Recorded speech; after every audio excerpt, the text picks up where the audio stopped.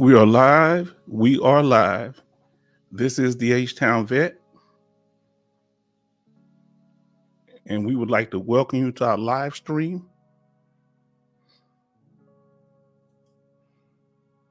Let us know if you can hear us. Good evening to Mr. James. Haven't seen you in a while, a few broadcasts. Glad you're here, Mr. Lyons. Let us know if you can hear us.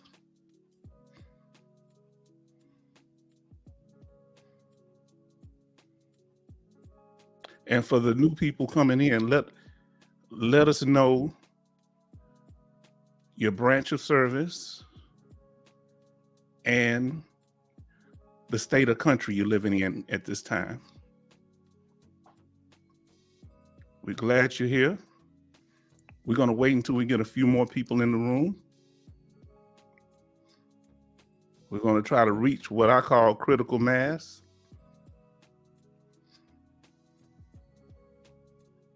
All right. Let us know. Because today we're going to talk about winning VA claims, the opposition that we usually have to face.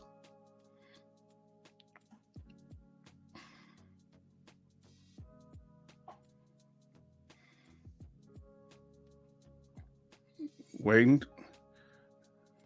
giving it a few more minutes here.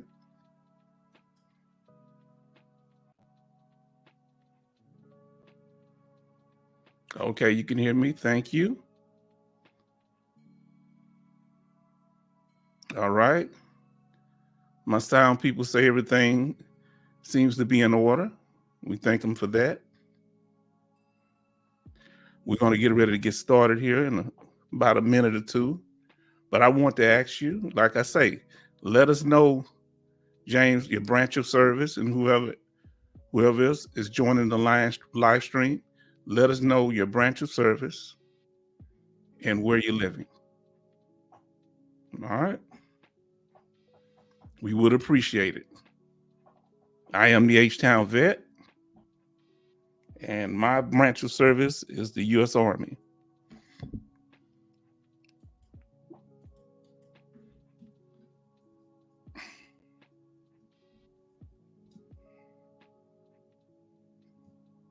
And currently I'm living in Texas, my home state.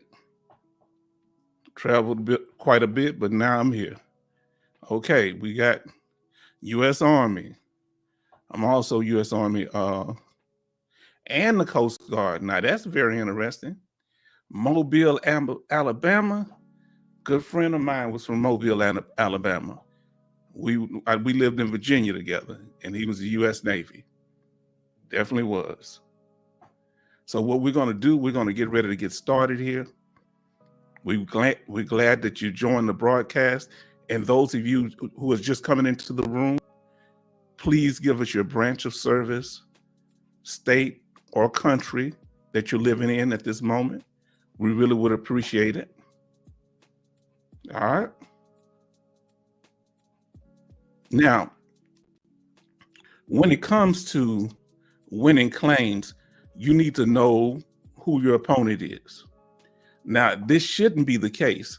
The VA is actually supposed to be here to assist us. But many times we have an adversarial relationship with them. And I'm trying to show you some of the skills we at H-Town Vet, some of the skills that we learned in dealing with the VA, trial and error, so that you don't have to make the same mistakes. All right, Evan Almighty is in the room.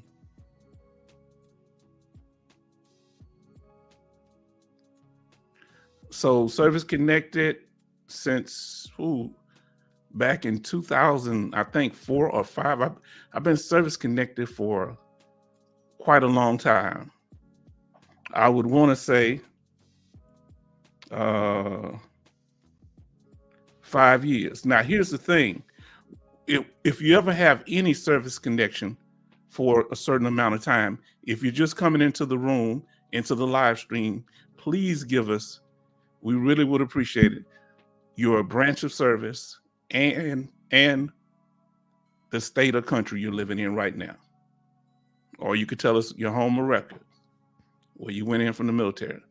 But yeah, so yeah, about 20 years. Now, my first service connection was a 30% rating, Evan.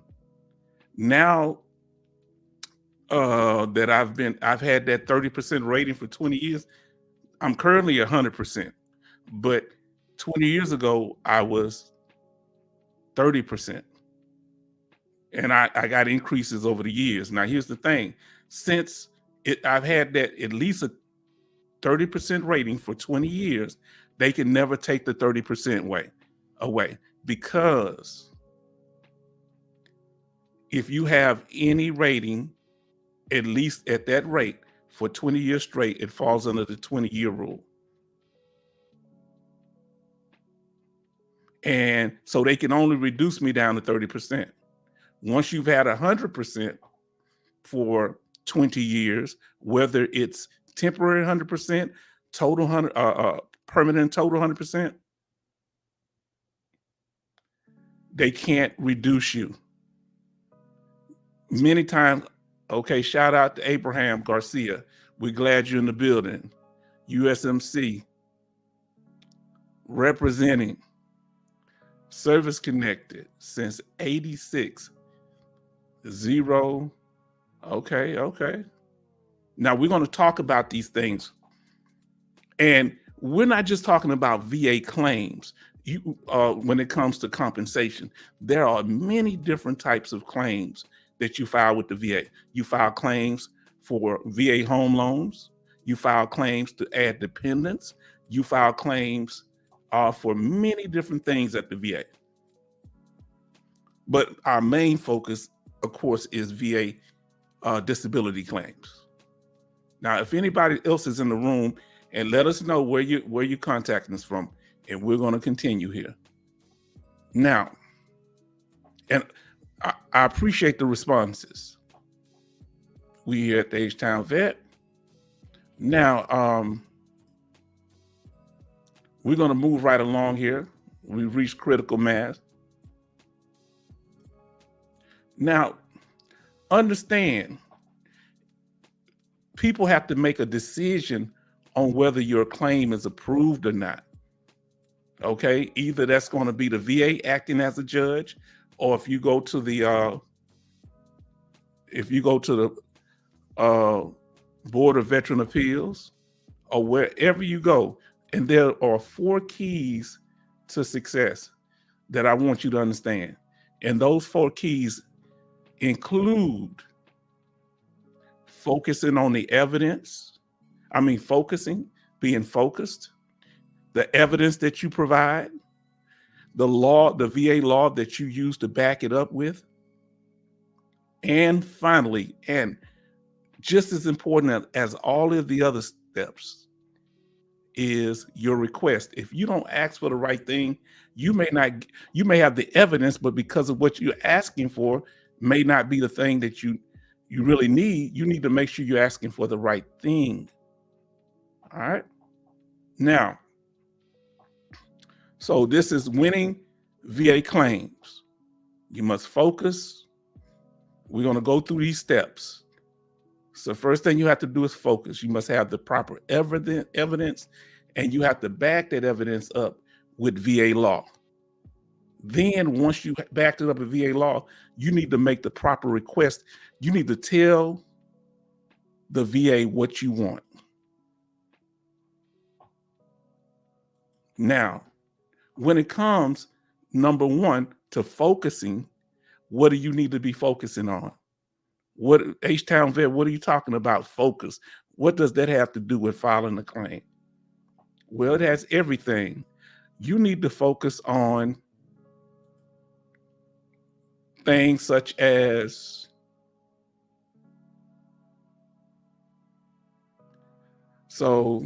you need to focus on things. What are you claiming? This is what disabilities are you claiming? This is going to shape the direction that you go. This is going to give you the focus that you need. You understand? So what are you claiming? Are you claiming mental health illnesses? Are you claiming physical conditions? Or are you claiming both? So you need to get that clear first. All right. That's the main thing. What disabilities are you claiming? This is how you have to get focused when you're filing these claims. Now, what's next after you get focused? You need to continue to get focused. You need to also decide. Now, this is a big one because people are not very clear on this. So please listen to me. Listen to us here at the H-Town Vet. Now, let's see what.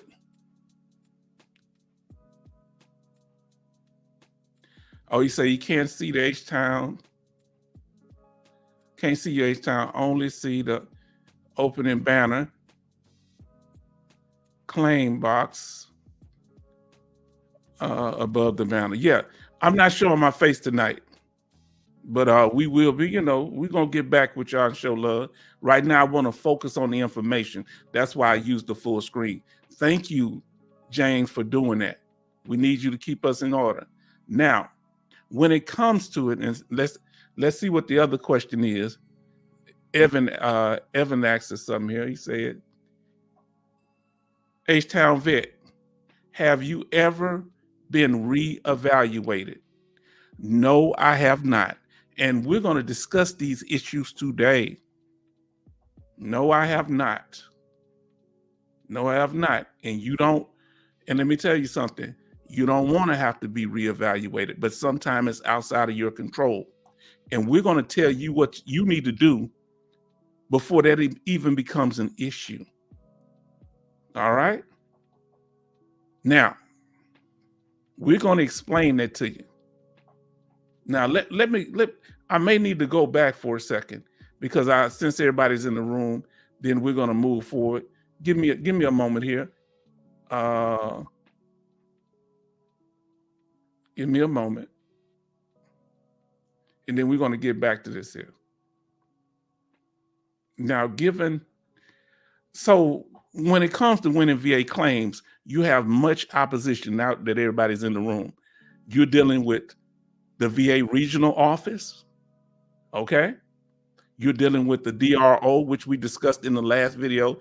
That's a decision review officer. If you choose them, that's one person who will look at your appeal. If you had filed an appeal, we talked about that in detail. And that is a very good thing to do because it tends to speed up the process. Usually they have a rating team that handles your claim, and that becomes an issue because they might transfer it from person to person, and there's no continuity in handling your claim. One person might be very good or experienced, the next person may not. So by the time you get your claim, it's all type of confusion in the letter. Apportionments, we talked about that. That's when someone files for an apportionment, and you may not realize this, but they can file, if you're not providing for your dependents, they can take some of your money or all of your VA compensation. See, now remember, it cannot be touched by the government. Only government can touch it is the VA. They're acting as a judge, but it can't be touched by state courts. So that's now we're dealing with other oppositions you have, denied claims. And as our brother said earlier about reevaluations, I have a video. We're going to discuss that. We're going to use that as a live stream also.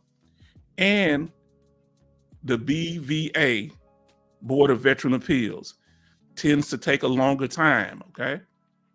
Now, VA debt, if you owe the VA any money, that's an issue that you may have to work. So you don't want to get in situations where you owe the VA money. For example, I've owed them before. When I dropped the dependent dealing with my home loan, I didn't drop them with the VA compensation department. So I was getting paid for them and didn't realize it because another dependent had dropped off at the same time. So when it was changing the money, I was expecting it, but I didn't know. So you have to, each department, that doesn't mean they talk to each other. So you need to make sure that you send them a written Stamp copy to the VA, so they can't say they didn't get it. Another thing is you're dealing with taxes, because if you're paying property tax on the house, you might have to fight at the state level to get paid. Once you get your 100% or whatever your state, if they allow 100% tax exemption, this is at the state level. You may need to fight and say, hey, I want to go back to last year if the law allows it in your state. So you have to fight that. And CMP exams, wow. Now, a way to deal with CMP exam and fight them is to get your own independent examination. Now, we're going to continue by moving forward. We went back a little bit, so we're going to move forward.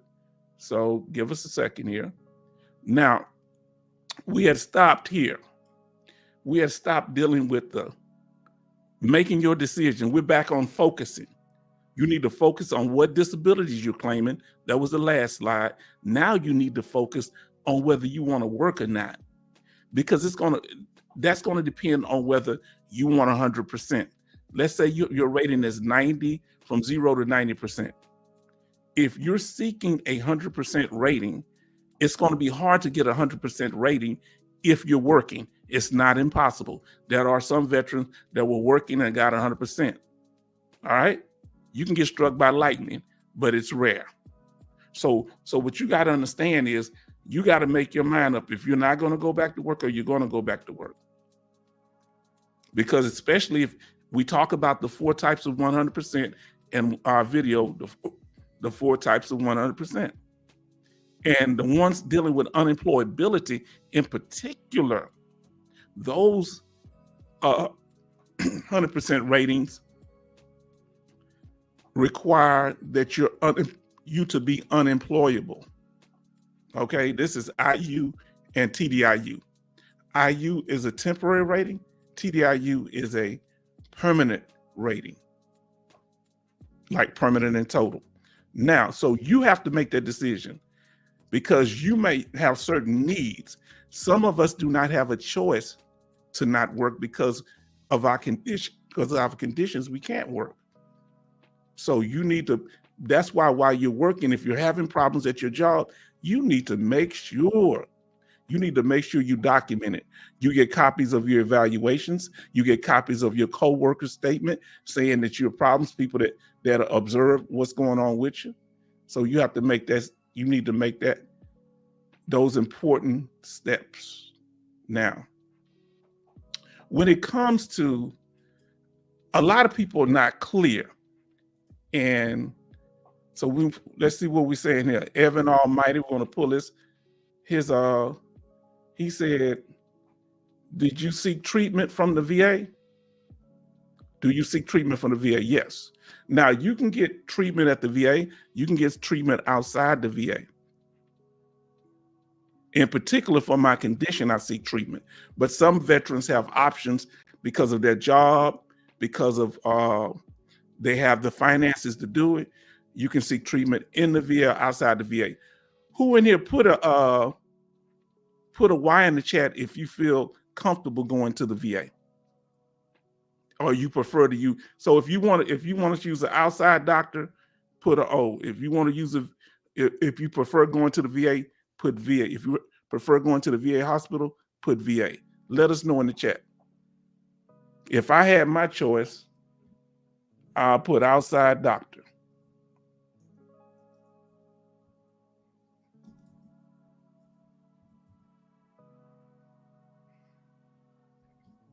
And just put OD for outside doctor. VA, okay. Okay, so a lot of people don't have problems going to the VA. All right. I like that. Look at that. Okay. David, you're in the house. Sherry, glad to have y'all back. We really appreciate it. All right. Now, I'm like Sherry, I prefer to go to the outside. Now let's see. So let's go. We're gonna go through it and see what we got. Evan said. Let's see what Evan said here. Evan, I think said VA. Okay. Let's see. Okay, Mr. Abraham Garcia. said the VA. David said the VA. Evans said the VA.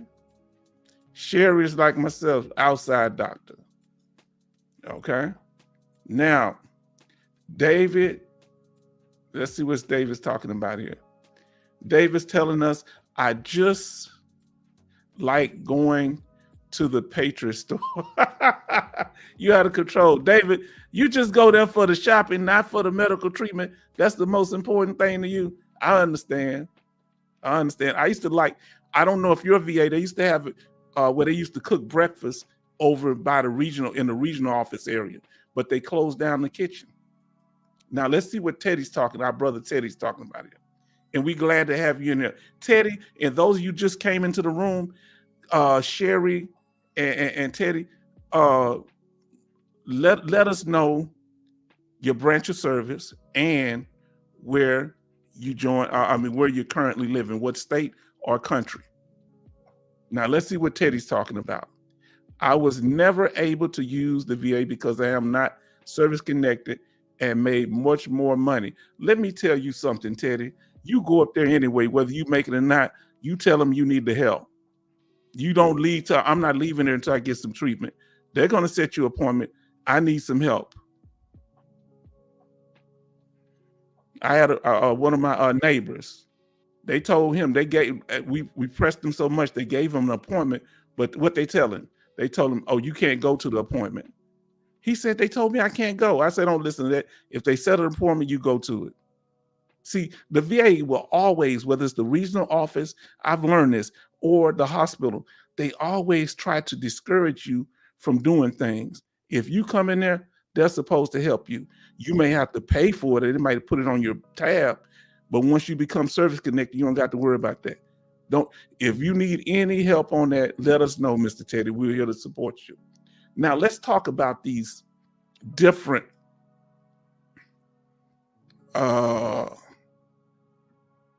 okay, we got, Sherry's from let's see what it say here. Let's see what they're saying here.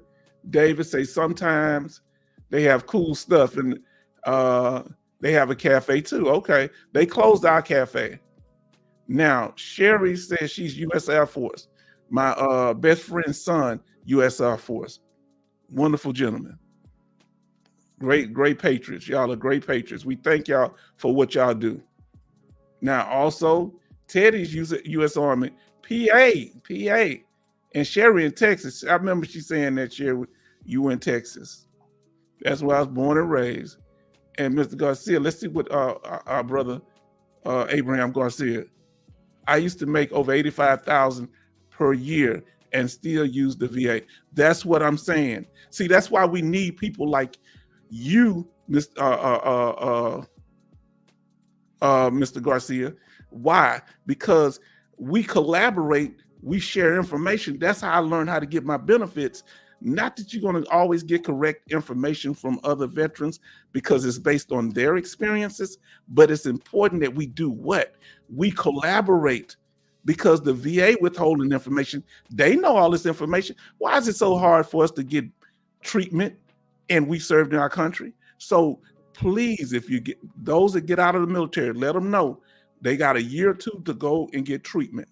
I started treatment, and then for some reason, life, I got caught up in life and work.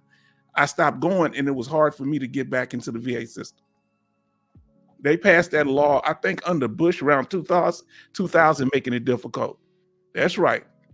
Mr. Abraham, let us know how you did it, how you were able to make that type of money and you were still able to go to VA. Were you service connected or what was it? Now, let's see what our brother David said. The VA likes to build private health insurance. So if you have private health insurance, they want to see you. Of course they do. When I had private health insurance, the first thing that they're going to do is what? They're going to bill it. Now, that's not going to affect you. I was 50%. Now, when you're 50% and I went to an outside, they sent me on a fee basis, they call it, where you sent to an outside doctor or hospital because the VA don't provide those services. So it was the same thing. and they billed my private insurance, but it didn't affect me. They told me this is not a bill, and you don't have to pay any copay on it. Now, let's see what our brother Teddy talking about. I wish I knew how to file out the 1010 and was denied benefits. I don't know exactly what the 1010. Let us know what that 10, if anybody knows, or let us know, Mr. Teddy, what the 1010 is. Now, dealing with we got a new brother in the house. We appreciate you, Brother Daniel. Okay, I believe it's Filbert. Brother Daniel, let us know your branch of service. Let us know what state you're currently living in or country, and we really would appreciate it. And let's see what his statement is here. I go to the military bases because I retire and pay for TRICARE, but I can also go to the VA. Yes. Now, Mr. Daniel, if you have dependents, and if you, let's say you were 100%, I don't know if you are, but if you're 100%, usually they qualify for what they call CHAMP VA. Okay, this is the healthcare insurance for disabled veterans. But if you qualify for TRICARE, you can continue to get TRICARE and go to the VA. However, your dependents will only qualify for TRICARE. They have to choose one, and they usually, if you're for retired dependents of retirees, they get TRICARE. If that's not the case, let me know, Mr. Daniel. Oh, he's a CB, Navy. Yeah, the guy I grew up with, my brother, grew up since we was 1 and 2 years old playing. He was in the Navy, Florida. Okay, 90%. Okay, technical 86. Okay, now let's get back to this, and we're gonna keep sending information in the chat. That's no problem, but we're gonna go over this information. What we have here is the layout. The VA, when we often talk about the VA, we think it's just the VA regional office or the VA hospital. No, there's actually 3 parts to the VA. And it's the second largest budget in our government. I don't know if you knew that. Now, we know the Veterans Benefit Administration. That's what we currently usually call the VA regional office, the VA benefits. That's what the Veteran Benefits Administration is. Now, then Veterans Healthcare Administration, that's the VA hospital system. That includes the clinics, the hospital themselves, and any other medical facilities that are connected to the VA. Now, the third part, this is just as important, the National Cemetery Administration. These are the 3 parts of the VA. If you're applying to get veteran benefits, you do it at the Veterans Benefit Administration. If you've had a loved one who's passed, the National Cemetery Administration, usually you can go through the VA, the Veteran Benefits Administration for that also. But this is handled separately with separate paperwork. What in the government, United States government, where does this fall under? The Office of the Secretary. All right, the defense part. See what Teddy's talking about here. 10 for 10 is an application for veteran benefits. I filed it out and was denied because my salary was too high. And I believe, okay, let me know what type of veteran benefits. Are you talking about for medical benefits? Or are you talking about for VA disability benefits? And are you talking about the pension program? Let us know, Mr. Woodson. Thank you. Now let us continue.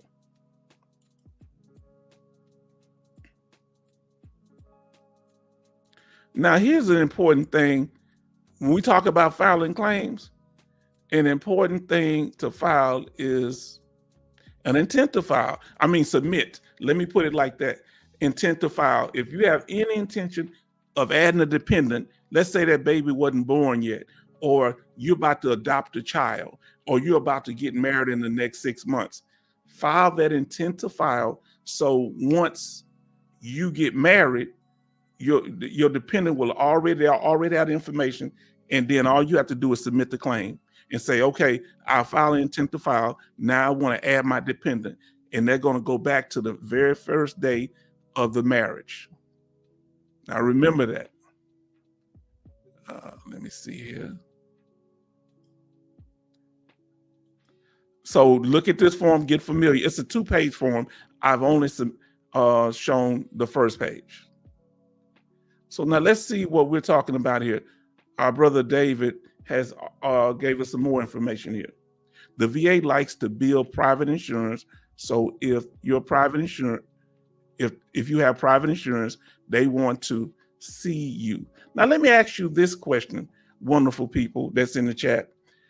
What about when it comes to Social Security? Anybody getting Social Security or Social Security disability? Do the VA ask you about that? Do they ask about, are you getting Social Security disability or Social Security, just any type of Social Security? Let us know in the chat, because I think somebody told me they do, but I'm not for sure.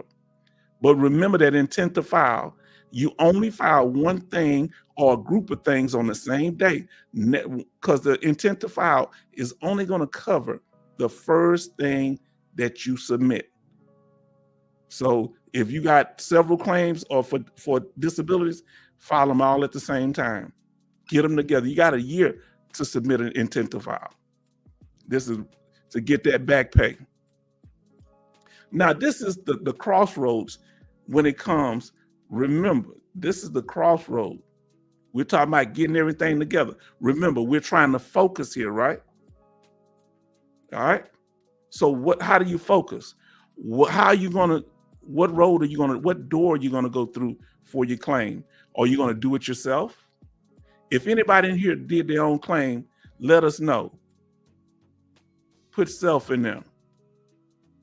If you use the veteran organization, like the American Legion, Veteran of Foreign Wars, or the DAV, let us know. If you use the lawyer, let us know if you use the lawyer. And tell us, how you felt about that. Was it a positive experience? Because when it comes to doing it yourself, when it comes to using VSO, they call them, Veteran Service Officer or Veteran Service Organization, you don't have to pay anything. But lawyers, let me know. A couple of people have told me before they use lawyers and it cost them a little change. I think half of your back pay. And they don't have to get it through you. They get it directly from the VA. And let me know if they've changed that rule. I really, really appreciate it. So that's the decision you have to make. So like we say, we have the Veterans of Foreign Wars, we have the DAV, and the American Legion. I used the American Legion, but I was also active in my case. Now here we go, coming here, dealing with service connection. One of the first, the questions you ask once you getting everything together, remember we're getting focused. You ask yourself the question. You need to ask yourself this question. And I'm asking you the question, are you service connected? Now, this is important. Are you service connected? So if you're not service connected, you're going to apply first. You're going to try to get a diagnosis for being service connected. This can be done in a CEP examination. Okay, I'm sorry, I didn't see the other chat. I do apologize, I hadn't scrolled down. So let's see. SSDI, okay. Abraham. Let's see what our sister Sherry, I believe it's a sister here, a woman. No, the VA does not ask about Social Security. You can draw so and VA compensation. See, let me tell you, Sherry, it would have been good to have you in the last live stream. We missed you because guess what? A veteran asked that exact question. Can you request both? I mean, can you have both at the same time, Social Security and VA compensation. And our sister Sherry is telling us, yes, you can. That's important. Now let's see what our brother James is talking about. Now I want to ask you a question, Sherry. Were you able to use one to help get the other? Did they use it as evidence? Let's say you had your Social Security first. Did that help in getting your VA? Let's say you had your VA first. Did that help in getting your Social Security? Let us know in the chat. Now let's see what our brother James, he filed with a VSO. Who in here used the VSO? And even when you file for your Social Security, those of you, did you do it by yourself or you had somebody represent you? Let us know in the chat. Now let's talk to our brother Abraham here. Been putting out good information. I use the DAV and law firm. They charge 20% of the back pay. We need to know who that law firm is. These law firms, I thought they would ask for 50%. Down here in Texas, they want 40% for different things. I don't know about VA disability, but just in general, that's a good lawyer there, Brother Abraham. Now that's interesting. Now, let me ask y'all, what's your opinion? And we don't have to use any names here. What's your opinion on veterans who help you get your benefits and they help set you up with doctors? What are y'all opinion on that? Using a veteran organization, that these are veterans that set you up with doctors to help get your benefits, but they might charge you for part of your back pay. Or, just let me know in the chat if you have any opinion on that. But remember that what are you connecting? You're connecting your military service to your injury, your current injury. And you need to understand it's how it's affecting you right now. The most important thing you need to understand is how it's affecting you now. So let's say you had a foot injury in the military, but it's not affecting your ability to work or interact in a social setting with your family or day-to-day activities. Is how it's affecting you now. So you need to tell them, not only did you get the injury and it's been a consistent problem, that's why you need to continue to seek treatment. You need to tell them how it's affecting you now. Because they'll say, oh yeah, you had a condition, but it's not severe enough, or you show no symptoms. That's why you need to make that clear. Let's see what our brother Abraham is talking about. Oh, I'm gonna get back to you there. Sister Sherry, let me see. Applied for SSDI, which is Social Security Disability Insurance, myself 2 times. Okay, did you win, Brother Garcia? If not, what kind of suggestions would you have for him, Sister Sherry? Let us know in the chat if you have any advice for him, because I don't know if let us know if you will approve eventually, Abraham. Now, Sister Sherry, let's see what she's talking about here. Yes, SSDI did help in getting VA benefits and vice versa. Okay. All right. Wonderful. Also, I use Woods and Woods Law Firm to help get me TDUI. And let me tell you, they charge 20% of the back pay. See, this is why I need to talk to y'all, because I didn't use a lawyer, so I can't speak on what I don't know. I tell y'all all the time, there are no VA experts. You are the VA expert. There's only VA law and the evidence and our experiences. Those are the 3 things that are very important. Our experiences in getting claims won or even denied. So because a lot of people say, well, Social Security don't look at VA if you get 100% for VA or what you're disabled. She's saying they do. Now, given what Sherry has, we have a video on that, Sherry. If you haven't watched it, it's dealing with TDUI. TDUI is 100% permanent and total rating. It just has certain requirements when it comes to work. 100% scheduler rating doesn't have such requirements for the most part, but you can still be called in for re-examination with them too. And I've heard of Woods and Woods. They put out very good information. I like the way they present information. I don't know how they are as a law firm, but they are very organized. Much respect. Now let's see our brother Abraham talking about a nexus here. Used a vet to get a nexus letter and was still denied. Now let me ask you, brother, our brother Garcia, let me ask you a question. Did the nexus letter have the necessary information? Make sure you get the, did you get, the VA always will tell you why you were denied. What did the VA say? They say service connection was not established. And did they say why?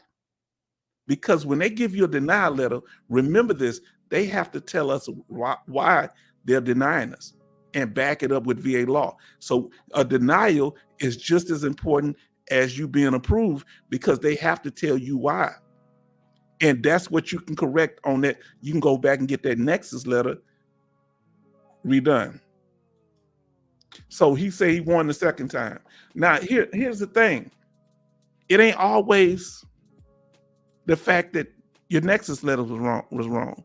You might just have to appeal it, because I told you, depending on who you're dealing with at the VA, one person may be more experienced and more competent than the next. Remember that. Don't you forget that.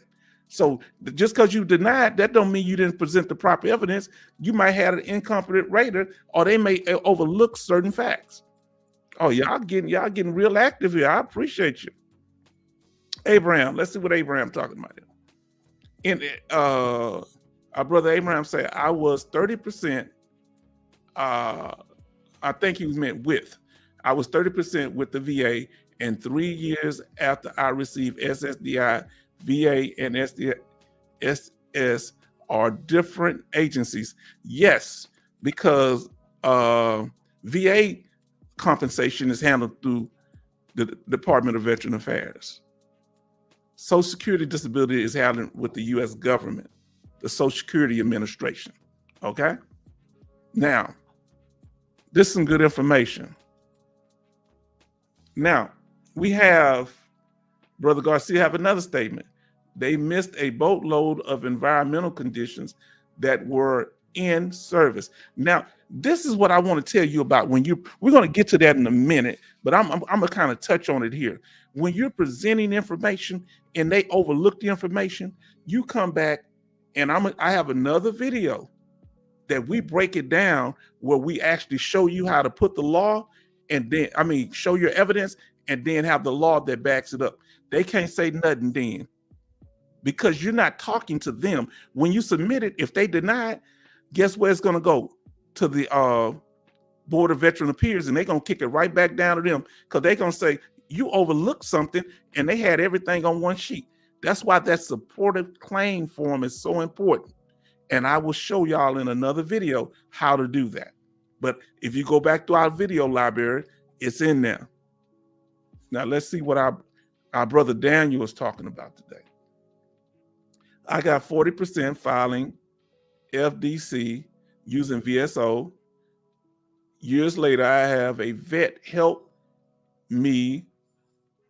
He charged me $75 to review my records and wanted 5% of my back pay. He got me 86, which rounded up to 90%. Now, hey, how y'all do it is how y'all do it. If somebody helping out for you, however y'all do it. Now, they've tried to pass laws saying veterans can't help other veterans, but how you gonna stop veterans from helping other veterans when the VA messing over us? But they were trying to pass laws that veterans can't help other veterans. Now, good information, Mr. Daniel, Brother Daniel, good information. Now we talked about, see how important service connection is. So you have to have the right mindset. This, you can go back and look at this live stream, and we'll learn something every time you look at it. Now let's go on. So either you want to get service connection, or the second thing that you're trying to get is an increased rating. Who in here is looking for an increased rating? Let us know. Let us know. Let us know if you're seeking an increased rating. Let us know. We want to know this. We knows it. We at the H-Town Vet, we all up in other people's business. Let us know if you're right now. Let's say that you have the percentage you want, you're 100%, but it's not permanent. You know you can file for permanent and total if you have IU or if you have a temporary 100%. Usually you get a temporary 100% for such thing as prostate cancer. If you've been in a mental health ward for, I think it's at least 6 months, you automatically get 100% once you get out. Look at one of our videos. Just go through our video library. That's right. I'm plugging my videos. You better believe I am. Is there anybody in here seeking an increased rating? Let's say are you seeking an increased rating for a condition that you got right now that you feel is underrated?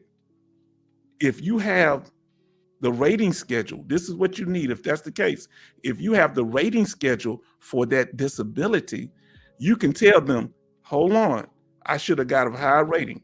So let's say you're 70% for post-traumatic stress disorder. That's going to be our example today. But you actually had symptoms and they awarded you a 70% for post-traumatic stress disorder. However, you have symptoms that show at the 100% level, like disorientation of place and time, delusions, hallucinations, don't keep your hygiene up. So if you show any of those things, what you do, you go back and you file, you can dispute that or file for an increase. Let's say it happened after you got your rating, but then your condition worsened. That's when you would file for an increase. So after that, you got such symptoms as I just mentioned, disorientation of space and time. All right, gross inappropriate behavior. You walking around in the wintertime in summer clothes, and you walking around in the summertime in winter clothes. Things like that. These things need to be talked about and expressed, maybe be able to get a statement from your family members. And this also goes for back conditions, foot conditions. And let me explain something. You may have went into the military and you had a condition like flat feet, but they let you in, or some other condition. Guess what? They may not say it's service connected, but they have to pay you for the aggravation of that condition. If that condition worsens once you're in the military, they have to pay for that, even though it wasn't necessarily caused by your military service. It was aggravated by your military service. This is extremely important. Now let's see what our brother James is telling us here. I'm rated 10% for tinnitus. Now that's hard to get. That you did good, because I tried to get tinnitus and they denied me about 3 times, and I was in tanks. Okay, filed an intent to file form, plan to file some secondary conditions related to tinnitus. Now, this is what I need you to do, brother. Brother James, please listen. Check everything that you want to file before you submit those claims, because you want to submit them all on one form the same day. That way, because the only one that's going to be connected to the intent to file is what? The one that you filed first. So don't let it be any confusion. Don't submit different pieces of paper.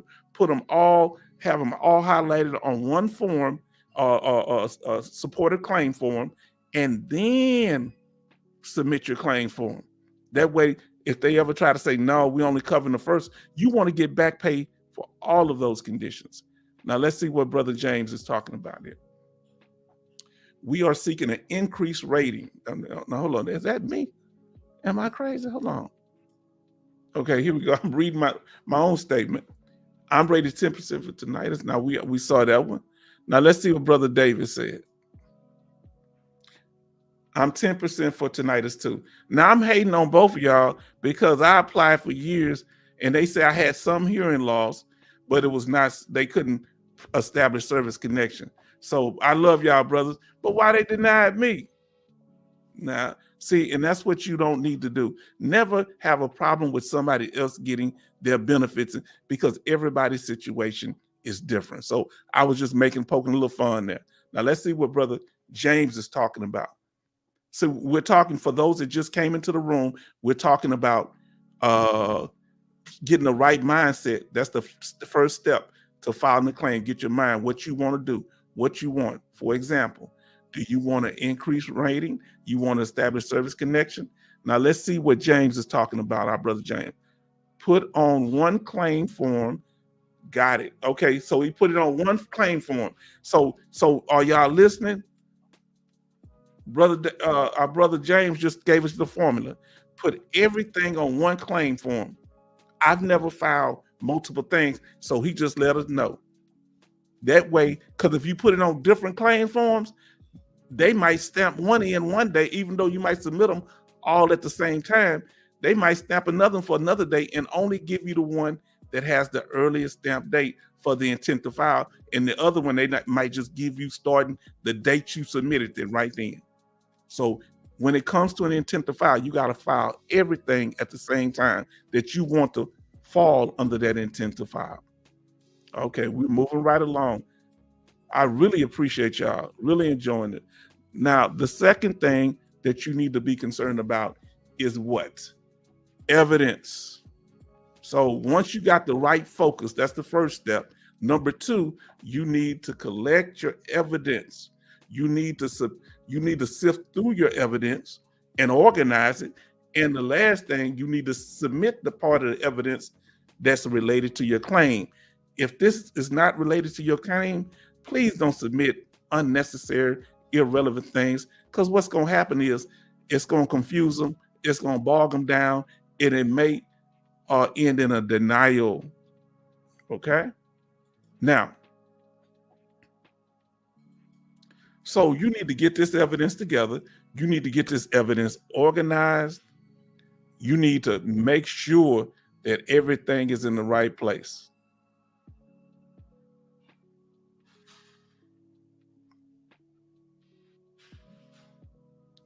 Now, is there anyone in here that doesn't have their military records? If you don't have a copy of your in-service military records, let us know. Now, you can use that, but we're going to show you how you can use other things as evidence also. Let us know in the chat if you don't have a copy of it, because we have a record on how to do that. Let's see what he's saying. I don't understand how they could deny you, H-Town Vet. I would think a tank crewman would certainly have tinnitus. I had that ringing in ears, and this is the weird thing about it. Do you know what they did? We got Yin Dale in the house. Let us know your branch of service and the country or state you're living in, Yin Dale, because we have new people in the chat, and we want to make sure everybody is familiar with each other, because this is a collaboration. Now, I'm like that too. Do you know that they were doing lawsuits about those earplugs that we used back in the day, where you screw them in your ear? That was a lawsuit about that. Did anybody get in on that claim? Let's see what Ian Dale. I got 60% through a VSO, which is a veteran service officer or veteran service office, up to 90% on my own, waiting for several claims, including IU. I used VA and outside doctors. Now, that's good. That is wonderful. And you can continue to use them. Yandale, you know what you can do? You can have your doctor write a statement on whether they feel that you're employable or not. Since you filed for unemployability, I had my doctor at the VA do it. Now, they don't really do that anymore, but you can ask your doctor. All they can say is no.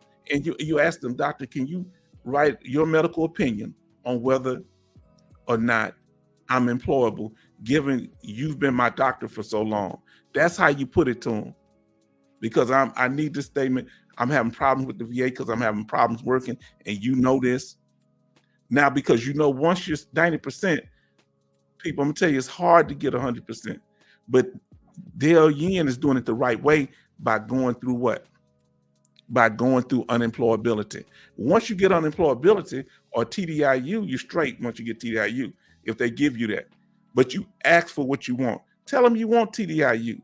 Once you get unemployability, that's a temporary rating, but then give it a while for you to develop evidence showing that you're unemployable and that your condition is static or permanent. That's what the key. These are the buzzwords that you need to use when you're dealing with the VA. Have your doctor say that your condition is static, not likely to improve. And if you have a doctor that is a specialist in that area, they can fight it all they want to. The VA law said they're supposed to consider it just as equal as a VA doctor or a CMP examiner. Now let's see here. Dale saying, I check blue button, and if something is incorrect, I will ask doctor to correct it. Now, here's the thing. Don't submit any of the paperwork. You look over everything the doctor give you and make sure that the information is what the VA is asking for, because they might adjudicate and put your information to the side if they can't make clear conclusion. So Yandale is U.S. Army. Let's see what our Brother James is saying here. I have sent in a request to try to get a copy of my medical records. I'm assuming you sent, meaning your in-service medical records.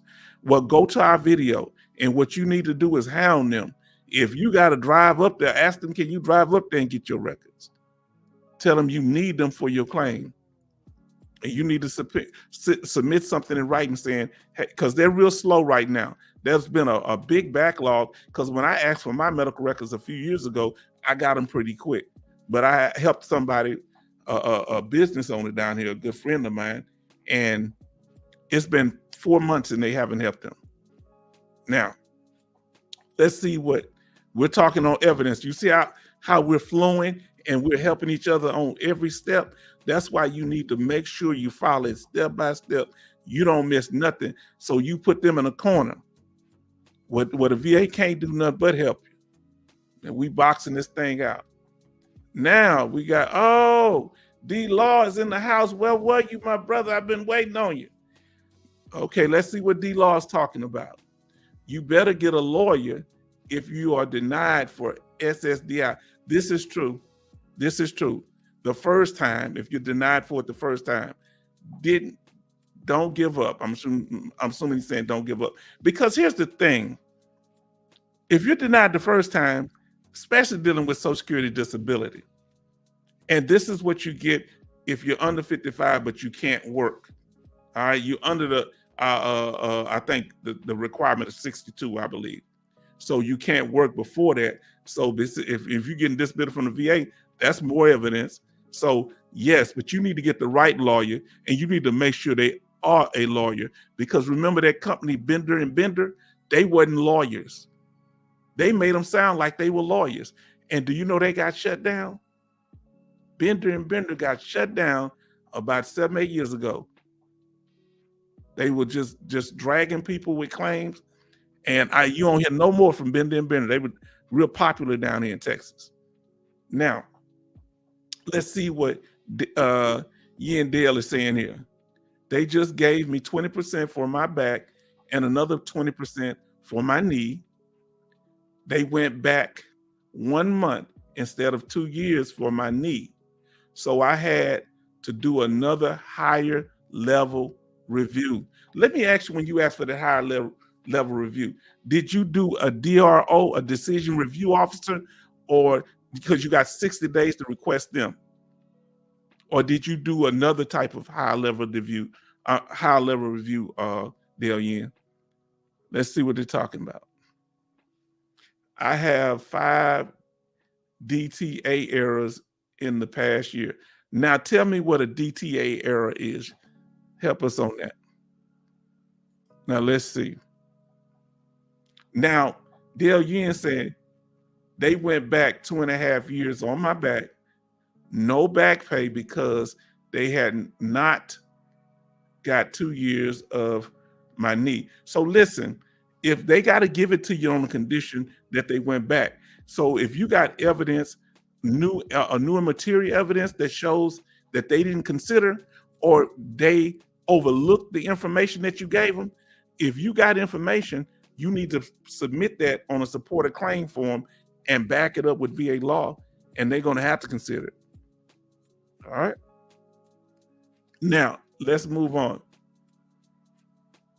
Glad to have everybody in the room. Really appreciate y'all. Now, these are the documents when you request your medical records. These are the documents that are commonly given to you when you submit. There are other things, but you're requesting your military records. You could get a copy. I would suggest you get all of them. Copy of a DD-214, your personnel file, your medical records. This includes inpatient, outpatient, sick call visits, ER visits. You ever had to go to the emergency room, outpatient visits. You need all that information. And if you are currently in the military, you need to get copies of that as you go. You need to take pictures of your own if you're in a combat zone and you get injured. Have your friends write buddy statements, get their family contact information, because you may not know where they're living once they leave. So I gave my veteran brothers, I was blessed to have one of my veteran brothers who grew up 3 blocks from me. We went Desert Storm together. So we were able to write buddy statements for each other. So you need a copy of DD-214 showing whether you're honorably discharged, general under honorable conditions. That will work. Try to get upgraded. Try to get that upgraded to honorable discharge. Get your medical records. Sometimes make sure ask for your dental records. They say don't ask separately. I ask separately anyway. And as we said, your personnel file. Okay. So how can a veteran get their we haven't got there yet. My fault. We haven't got there yet. Let's move on. Then I got to answer some of y'all questions. Another thing that a lot of people don't realize, especially when it comes to the VA hospital, and we're going to talk about that. Let me answer some of this. Okay, here we go. Oh, okay, duty to assist. Let me see what we got. Y'all are very informative and very knowledgeable, and I appreciate y'all. D-Law, you've been putting it down on every broadcast, and Yin, you coming in here. All of y'all are teaching me things, and I thank you. Now, let's see what Yin Dale say. All right, so the VA form 20-096, VA form 20-0996 to request a higher level review. You need to fill out the VA form, okay, 20-0996 with informal conference. And you know why that's important? Let me tell you why that's very important, the informal conference, because sometimes that puts pressure on them because they may not want to meet with you. I asked for an informal conference. They just approved mine. You fight and ask them, do you have a right to record? Because they're going to be recording that informal conference. Or if it's a phone. So Dale tells us also what duty to the DTA is the duty to assist era. I just want to make sure everybody was clear with it. Now we got somebody new in here. Tell us, we got PA Political Revolution Podcast. Thank you for being in the building. All right, Reverend, let us know a little bit about your channel.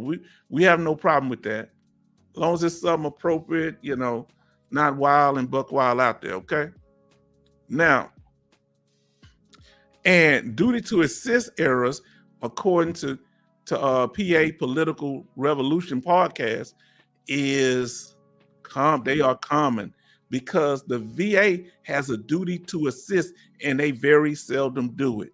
If you have a claim and you have evidence that shows that you don't qualify for the service connection and evidence that show that you do qualify, They're supposed to give you the benefit of the doubt if the evidence is equally weighed. They supposed to, and they supposed to look up duty to assist. They're supposed to get the proper medical records from the VA, from your in-service medical records. They have a duty to assist you in getting these records. Yes, they do. I like that. Now let's see what Dale is saying. Yeah, then a higher ranking person looks at the claim, but you cannot add new evidence. Now that's true. They got to consider what was already submitted in the claim.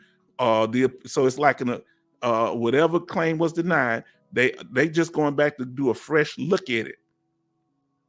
All right, they're just looking a fresh look. You can't add no new information. If there is an error,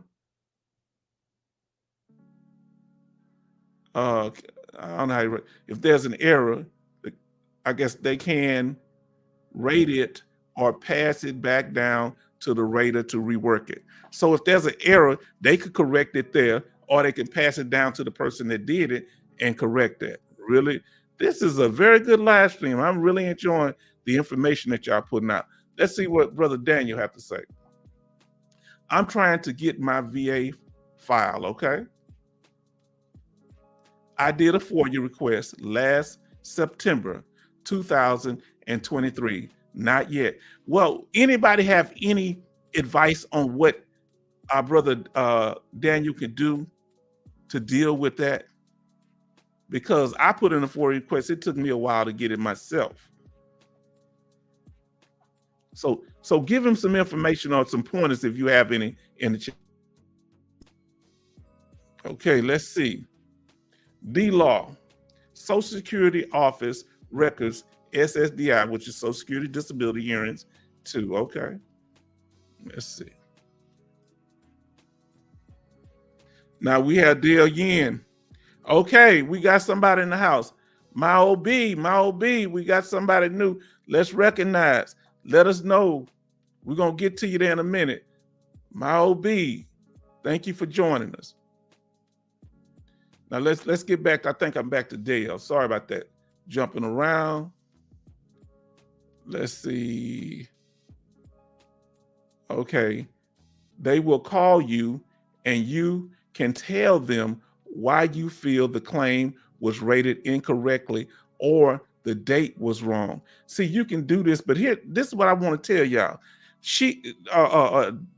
Yin Dale brought up a key point. Let me tell you, when they call you, you better have your phone on Saturday mornings, because the VA will call you on a Saturday morning. And if you don't answer, they say, well, we contacted them. So you have your phone ready, not just during the weekday, but the weekend. Answer the call. Now let's see. PA Political Revolution Podcast. Super Dave from Port Arthur, Texas. I hope this ain't the Dave that I know. I know a Dave down there in Port Arthur. I got it because, I'm down in the Houston area and we see each other at the VA. Well, one of my partners, a retired veteran. Now, our brother Abraham brings up some interesting points. He says, I have 3 DTAs, which is duty to assist, pending right now. And you know what I really enjoy about y'all? Y'all are way more informed.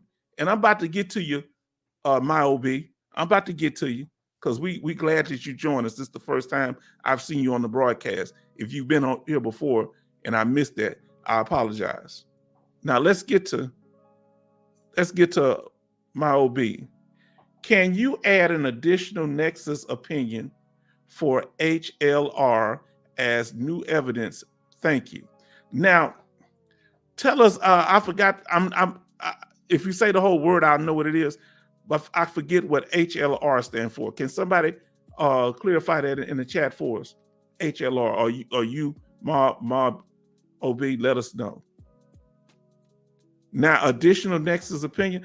I'm assuming if the case is not where if they're just considering that evidence, that's why I need to know what an HLR is. Oh, high level review. Now, if they're going to deal with the evidence they got, but you need to talk to them. You need to find out what's what. That's why you need to, if you got more than one nexus, make sure that they don't conflict each other and they both complement each other. Submit the one that's more favorable to you. Because if you have contradictory nexus, which is a nexus is showing a connection between your military service and your condition. That's a nexus or a connection. That's what a nexus is. If you're not clear on that, watch our video, What is a Nexus? And it'll help you on that. Help us answer this, my OB, because one of y'all very informed about that. Now, Yin Dale says, I also downloaded outside doctor notes to my blue button. I can prove the evidence was there when the decision was made. Now, tell us what a blue button is. Some of us is not as good on technology. I stopped kind of using it years ago. So let us know what the blue button is. Is it related to My Healthy Vet? Let us know. Now let's see what Abraham is talking about here. Oh man, Daniel, I have 5 more steps for 4 years. Wow. I feel 3 months ago. Just wait it out. So that's what he said. Abraham gives advice just to wait it out. Now let's see what Abraham has something else to say. You can fill out a statement of support or claim, 21-4138. And in that form, what you should do, my OB, you should tell them your concern and how long it's been since you put the request in, and ask them what is the status of your 4-year request. Because when you put it in writing, they have to respond. And if they don't, you can use it to put pressure on them. Now, so Abraham is saying, my duty to assist are the CMP examination, put in my Army service when I claim USMC service connection, okay, which is the U.S. Marines. The other CMP doctor related my civilian job, not service connection. Okay, so you got to be real careful with that. That's why you don't tell them much about your civilian job. We're going to talk about that too. Y'all hitting on all the nails that we're dealing with here. Okay. So Dale Yin say download and fill out form 20-0995, also known as decision review request supplemental claim. And my OB is giving a thanks to you, so shout out to that. You know, we appreciate you, Yendell, and I thank you also. And I'm sure many of us are appreciative of what you're doing. Now, the blue button is the VA sub menu. Okay. That's the sub menu. Okay. All right. I need to know that. Now, let's see what our brother D. Law is saying.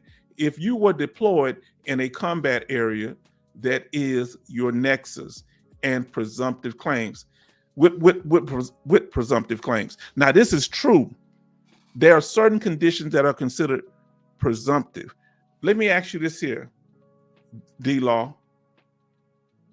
Give us some example of the campaign that you were in. I think you're OFI, I'm sorry.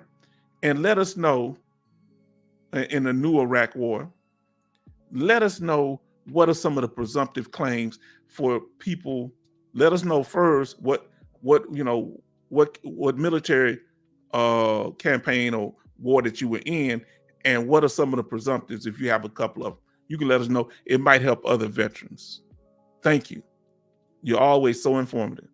Now, dealing with Yendell, yes, My Healthy Vet. Okay, so I was kind of close because I was wondering, My Healthy Vet. I'm not real big on technology, even though I'm live streaming. All right.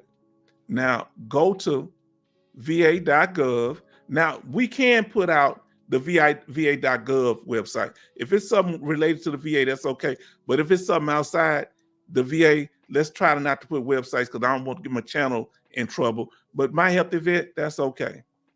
va.gov.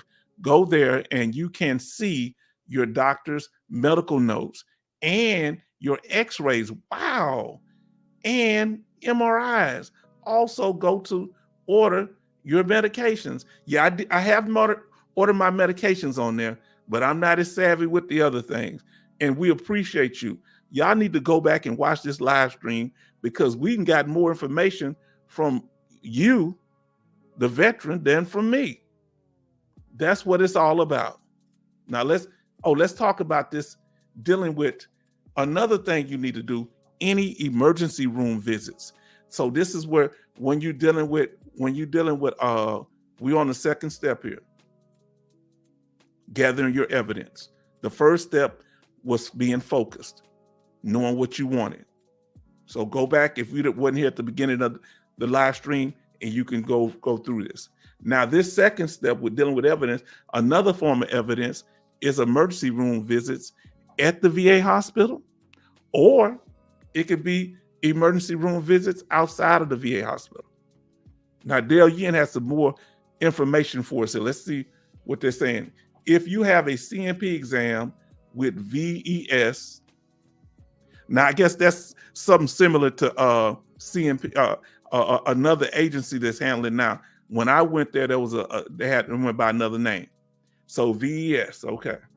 If you have a CMP exam with VES, you can go to their site and download your documents. Wow. 15 years ago, when I was doing this, it wasn't that easy.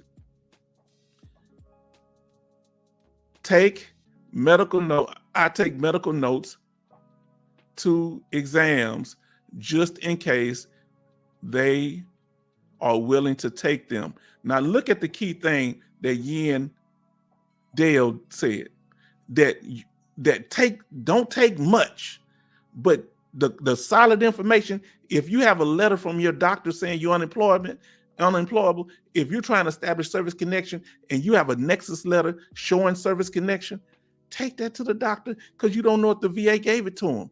You may have gave it to them. The doctor, they may not gave them an incomplete file. So don't bring too much paperwork. Just ask them politely, are you willing to look over this? I had a letter from my doctor at the VA saying that my condition was permanent.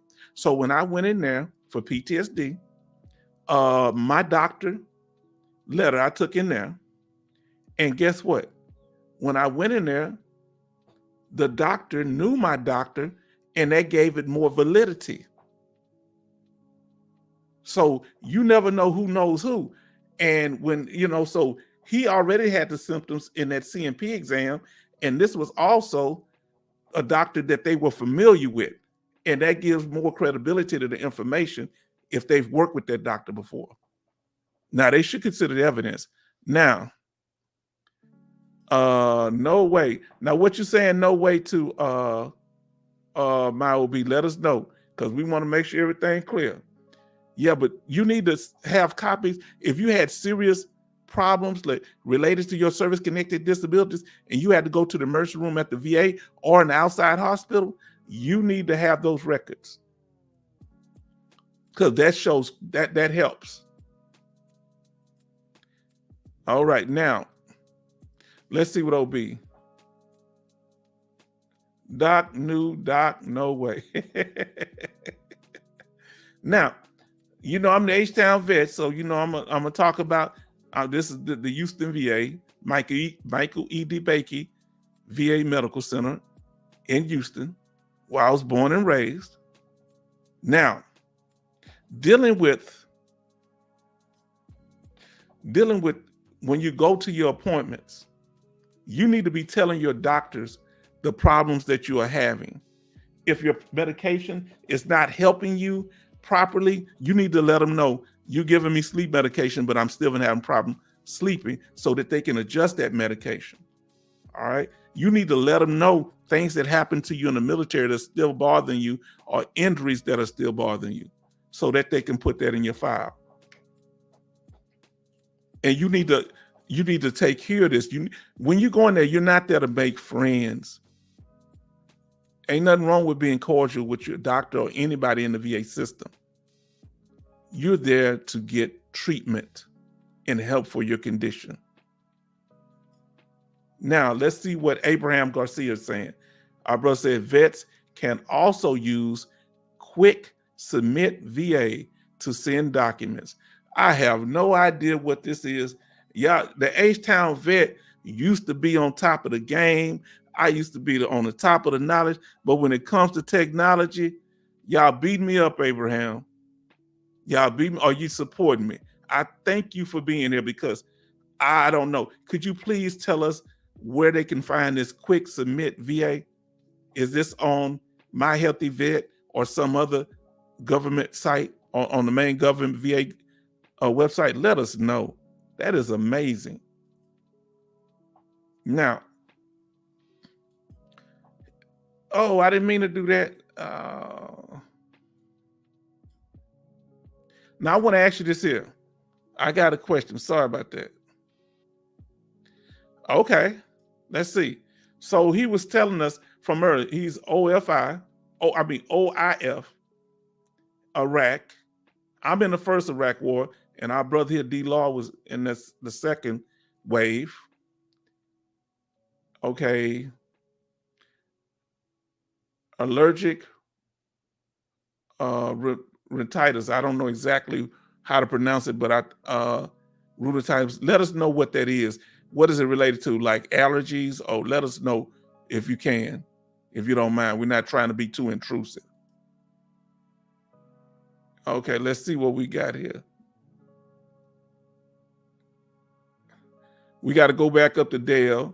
Say VA form 21-10210 personal statement. You have to submit. Dale, Yin Dale is telling you the right information. Make sure you always have a proper form, because if you put the information on the wrong form, the VA is going to hold up your claim and the VA may deny it. Now let's talk about it. And they could get the right form and still complain that it's not the right form. Let's see what Mile B says. Quick question, Doc at the VA blew off everything, wrote inaccurate notes. I'm going blind. How do I refute that without pissing off the whole VA facility? Listen here. If that doctor's not doing what you need him to do, you request another doctor. You don't have to stay with a doctor. And if they have what do they call these doctors? These people that are interning and doctors in training. If you don't want to be seen by one, you don't have to be seen by one. You go into your patient advocate, or you go to your desk and request another doctor ASAP. All right. I think I did that. If y'all got it, allergies. Okay, I thought they were allergies. Okay, now let me ask you this here, D-Law. I'm picking your brain. You're very knowledgeable. Are those allergies related to the environment, just the being in the desert, or is it related to the oil well fires? Let us know. Now, here, Abraham tells us, H-Town vet, these doctors don't always put in what they tell them, like what a veteran is telling them, of course. From my experiences also, I had a doctor put in that I wasn't even in Desert Storm. And so I didn't know that. They had wrote this in my records up, I think, in Hampton, Virginia or somewhere when I was up there in Virginia before I came back home to Houston. And they said, I don't even know if he was in the war. And I had to highlight my DD-214 to show my combat medals, to show I was in Desert Storm, and everything else that showed I was in Desert Storm. It's crazy. So you can get your medical records corrected. Do anybody know how to do that? Let us know. So here we go. Here's some of the symptoms dealing with the allergies related to the allergy. These are presumptive illnesses that D-Law is talking about. So if you're a veteran of his era, OIF, these things are presumptive, and I'm sure there are more. Allergies, runny noses, blocked nasals, itchy eyes. Okay. Now, Quick Submit VA can be found on the internet. Okay. Let us know if can we find it at va.gov. Let us know that, Abraham Garcia. Now we got Kevin in the house.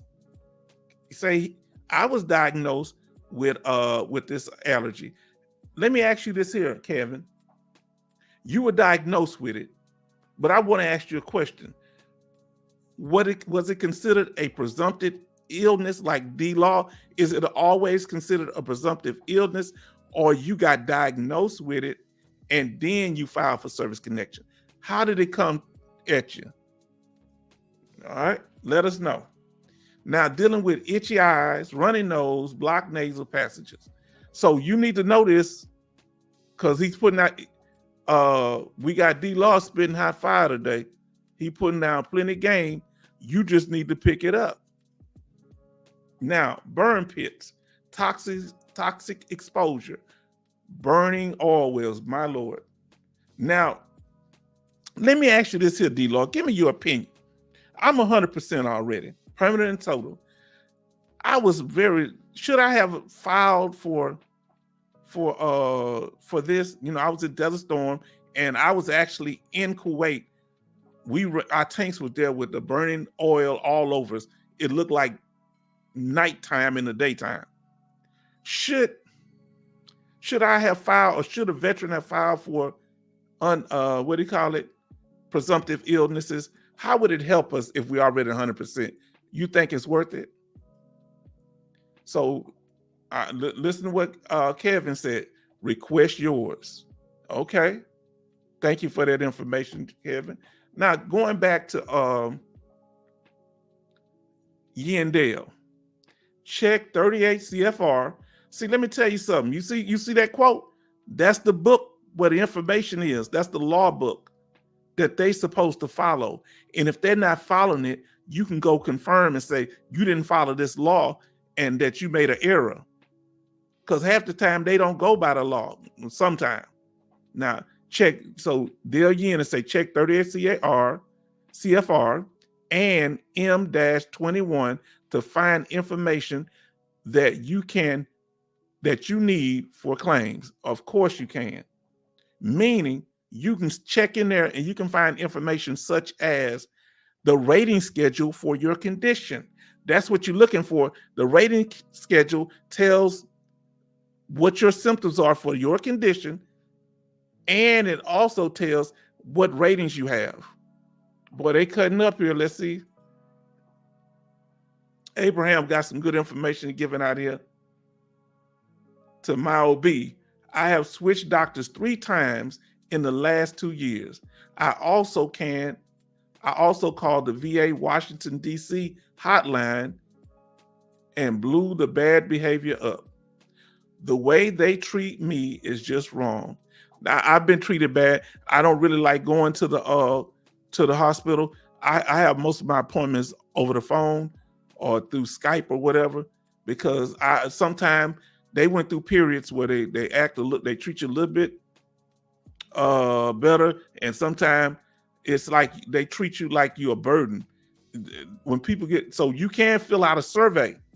You better fill out those surveys, because they real big on those surveys now, and let them know if you're being mistreated, or go ask for a survey, and you can write in a survey to you about your doctor, a person at the front desk.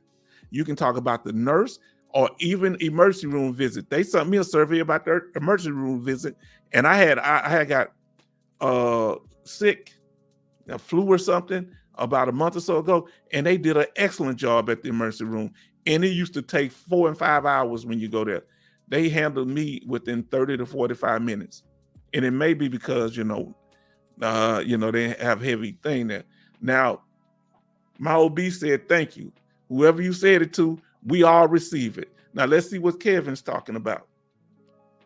Kevin say, that's a great question. I did didn't even know I was diagnosed until I checked my healthy vet. Now, that's what we're about to get into. Knowing what you're diagnosed with. That's our next slide. But let's continue. Abraham Garcia, you're welcome. They're walking a straight line for now. Yeah, they're going to walk a straight line when you know what you know. So don't blow up at that VA hospital, because the first thing they want to do is call them popo on you. Them police, them VA police to come handle you. So don't lose your cool. And if you see somebody that they're upset, you call to try to help that veteran and talk to him and be supportive of him. Because I almost lost it one day up there, and one of my veteran brothers who's in Desert Storm 2 saw me, and he came over there and helped me out. We all need each other. Now, yes and no. The VA will go back through your medical file. All right, it depends. He's right. D-Law is right. Now, Teddy, let's see what Teddy Woodson, let's see what old brother Teddy talking about. I filed my claim through the DAV. That experience was good, and all claims got denied. Oh, that experience wasn't good, and all claims got denied. My supplemental is in now, and I am using a VSO. Any idea how long a supplemental claim takes? It depends on who you filed it with, Teddy. It depends. And it depends on who you're getting help from. Some DAV people are good, some are not. So that's why you have to shop around. That's why that decision we talked about earlier slide, choosing, you need to make sure they're knowledgeable. If they don't ask your questions, if they're impatient and answer your questions and get frustrated, you may seek somebody else. They just want you to trust them. No, they need to break the process down to you. In case they don't do your claim, somebody else end up helping, you'll know you need to be informed. So it's not just how knowledgeable they are of your claim, it's how well they articulate the process to you also. Now let's see what Kevin's saying. After that, I filed my claim and quickly got a CMP exam. Sometimes them CMP exams come fast, sometimes they come slow. It depends on the buzzwords that you use in these claims. All right. Now, I had filed one. I filed a claim, let's say let's say it was May. Then by June, I had a CMP exam in a month. And two or 3 days later, the claim was approved. That happens. Then some claims took me 4, 5 to 7 years. It depends. Now let's see if I miss anything, let me know. Okay, Brother Abraham, just got a Google or Firefox search bar and will show up. Okay. Has to be the exact writing. Quick submit VA. Google is your friend. Google is your friend. Verify the thing. Now, let's see what D-Law is talking about here. Always putting out good information. All of y'all have been doing a good job, and I appreciate you. I have a burn pit toxic exposure examination from being on the registry. I was diagnosed on the spot. Now, the first thing you should do when you get that diagnosis, go back as soon as possible and get a copy of that diagnosis. And we're going to talk about that in a minute, how to do the next slide. Now, I am a Gulf War veteran, U.S. Marines. Kevin, respect. I'm a Gulf War veteran, U.S. Army. Now, get your own doctor and specialist if you have private insurance or Medicare. That's right. You can use an outside doctor too. Now, Yandale says, check decision letter carefully. Whenever you get a decision letter, watch our video, the decision letter on the decision letter. And they are right. Yandale is right. They sometimes have a lot of contradictory information, or they do not list evidence that I need to adjudicate claim. Then you can do a high level review. So that's right. Check to make sure that all the evidence that you submitted, they actually listed, because they're supposed to submit that in the evidence section. So watch our video, VA decision letter. And I go step by step. We have the hypothetical Mr. John Brown as an example. That's one of our most popular videos. It got the views the fastest. It don't have the most views, but I mean, I only put it out about a month or so ago, and that thing shot up. For me, that's a lot. Now let's see what our brother Kevin, my fellow Gulf War veteran. Now, they supposed to go over your C file, but you need to request a copy of your C file too. So when you get, now let me ask you, do you request a copy of your C file from doing your medical records? I know you can do it, I mean, through your in-service military records, or I think you can also request a copy through the VA. Now let me tell you this here. The American Legion was able to get certain records, and then other ones had to be requested. So they have access to a lot of things that the VA has access to. Now, Abraham Garcia, and for people that's just coming in here, Benny, we thank you for being here. We here, you showed up and you showing out, and we thank you, Bernie. You hear me? Now, Abraham Garcia, I lost my cool. They did call the VA police.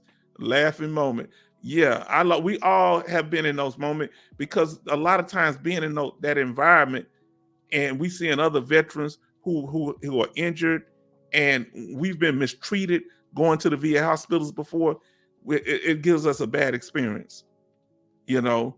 So it don't take but one bad experience to mess it up, and we get agitated because when we're trying to communicate, they're ignoring us or they don't understand what we're saying. So I'm glad, I hope everything worked out well. Now, and those police, they're supposed to de-escalate. They should be aggravating veterans. Now, Brother Kevin, you got to do your homework. Did you hear? Do your homework. That's what it's all about. Get your evidence. Do your homework. Y'all stepping on everything that I'm talking about today. We're about to cover all this. Now let's see what it's saying. They called the VA police on me after I lost my cool. Oh, he said laughing moment. Okay, I think I did that. And Bernie say I'm here. I got you, Bernie. Bernie, thank you. Happy Father's Day. I have a child, and they took me out to eat at a place called First Watch. You eat breakfast there. I enjoyed it. And for those of you that have children and fathers, happy Father's Day. We do appreciate you. We value fathers are very important, and this is your day. All right. Same when it was Mother's Day. I appreciate the mothers too, but today is about the fathers. Now let's see Yandale. Okay, FIO requests online or go to the regional office. So, and I would do that too. Because sometimes when you do stuff online, they'll say they didn't receive it. But it's good to go to that regional office, whichever one is the more effective for you. You will fill out the form, they will stamp it and give you a copy. I always preach stamped copies. Y'all, you giving up my whole video. Yandale, you giving my whole video. I'm about to cover all that. And y'all too sharp for me. Okay, CMP exams too. And some will do it and some won't. Some VSOs will at least tell you. Yeah, that's true. Now let's see what Dale. If it is at least as likely as not. Okay, not or not likely. Okay, so they're supposed to look out for you. Now, that FOIA request is a beast. If y'all got an easy way to do it, I think y'all mentioned in chat, go back when you see the chat and they've been putting good information, because those FOIA requests, you know, when you requesting all your file, your information, is hard. It's crazy. Now, David, First Watch is really good. I haven't been there in a while. I loved it. I enjoyed it. I had a waffle for Father's Day, and I got the bacon. First Watch is good. Now, your VSO can request it. Now, let me ask y'all a question. Let me see, since y'all so knowledgeable, this is probably going to be the last question I post. I'm going to ask you some more questions. Answer this. Riddle me this, Batman. Let me know if you know about this. What is a problems list? Does anybody have any knowledge on what a problems list is? I'm going to give you a chance to respond, and we're going to move on to the next slide. But I want to give you a few moments to respond. What is a problems list? What's on a problems list? I know you can get it in My Healthy Vet, but what is, because yeah, My Healthy Vet, but what is it?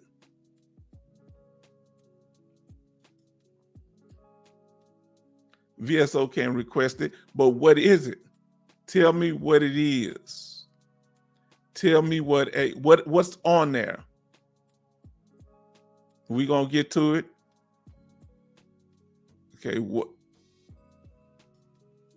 what is a problems list? Now we're about to say, let's see what the last person said. A summary of active health concerns. And that's a general statement of it. There you go, right on the head of it, a disability list. Both of y'all hit it, but you're more specific there again. It is it's a list of everything that you're diagnosed with at the VA. All right, now this is very important.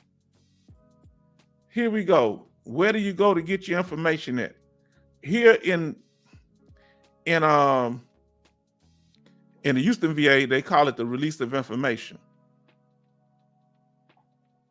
All right, it's called a release of information. And you can get your problems list there too. Let's see, I have my doctor add to my list. And you can have a problems list. I mean, you can have a diagnosis from outside, but try to get your doctor at the VA to add your diagnosis from outside the VA onto your problems list. Is that possible? Let me know. And we're about to talk. Okay, question. I submitted intent to file last year. I have several things to file, but I am using 210995 and 21-526 EZ. I will submit on the same day or mail in which one VA will use for the intent to file. Before you do anything, keep watching this video. We're going to tell you what you need to do. I'm going to give you a little cheat on it. You need to file it. They said it earlier in the chat. You need to put them all on the same form, list them, even though they may be different claims, list them on the same form and say, this is part of my intent to file. And we're about to cover that. And I suggest you not mail nothing in, because they might enter into their intake at different times, and you want a person to receive it. So I suggest that you get a stamped copy now and go into the regional office if you can. List of conditions that can be service. Some of them can be service connected when it comes to your problems list. Some cannot, and we're about to get to that now. But go to medical records at the VA. Now let's go on to the problems list, since we're having a heavy discussion about it. Now, here's an example of some of the things that could be on your problems list. All right. Now, this is not actually from the VA. So some of these things are service connected, some are not. This is just a general list. Weight loss. I know migraines, depression is. IBS is. So these are things that could be on your problems which we receive. You request that. They have another name for it too, but it's the problems list at the VA. And if you see anything on there that you think that you're service connected for, you need to turn that into the VA. I'm enjoying this. We're keeping a good audience. We keeping around, right over 15, and I appreciate this, and I appreciate y'all supporting. Now,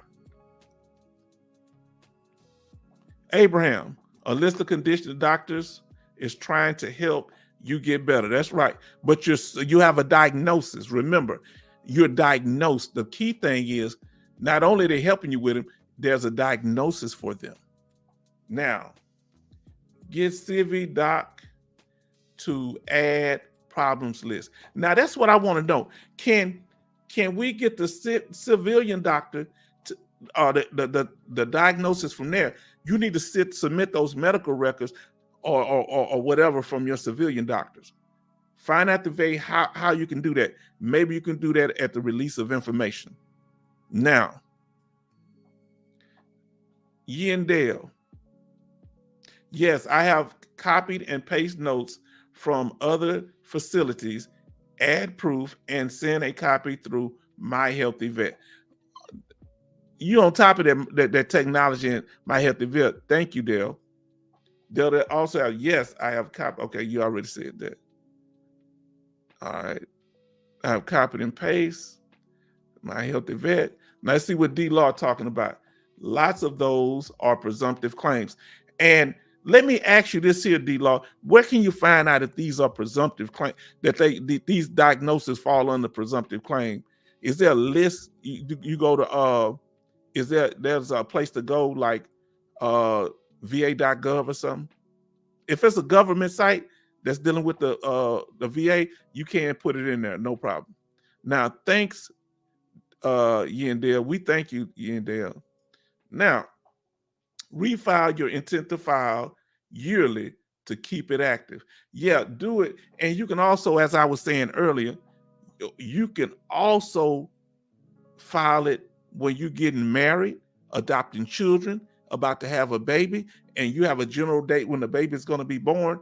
So you don't have to rush down there and put them on your benefits, because the back pay is going to start. If you don't put an intent to file, it's going to start on the day you submit the birth certificate. You don't want to wait on no birth certificate.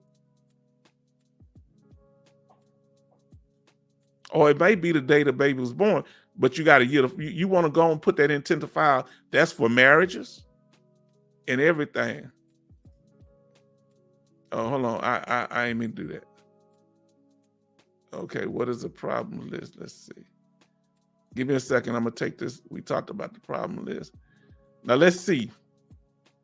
I'm trying to keep up with y'all here. Thank you. Okay. I think back to D-Law. He says the VA website, you can find this information about presumptive illnesses. And if it gets a little confusing, just that we help each other out as much as we can. Now, D-Law, law firms that handle VA claims has those listings also. Okay, that's good. Of presumptive illnesses. So different law firms, that some was mentioned. I forget which one was mentioned tonight, but they have some Hill and Punt, and they seem to be very good in putting out information. Now, you're welcome, Ma B. So you're welcome on your end. Now let's move on. Get that problems list and keep a copy of it. Now, when it deals with these records, this is the one time that I say, don't worry about a stamped copy. We talked about it, getting it electronically through My Healthy Vet and different things such as that. And va.gov. So that's the time you get. But if you're trying to get a claim, in for VA compensation, get a stamped copy so you know they got it. But sometimes getting your medical records are easier through My Healthy Vet. I would be reluctant to file a VA claim for VA disability online because they lost over 2,000 and the people had to refile and lost their back pay day. Go look it up. The news is out there. Now let's talk about, y'all here know everything that I was about to talk about. Private hospitals, your private doctor, or doctors outside of the VA system. Yes, they did that. And they did that. That's right.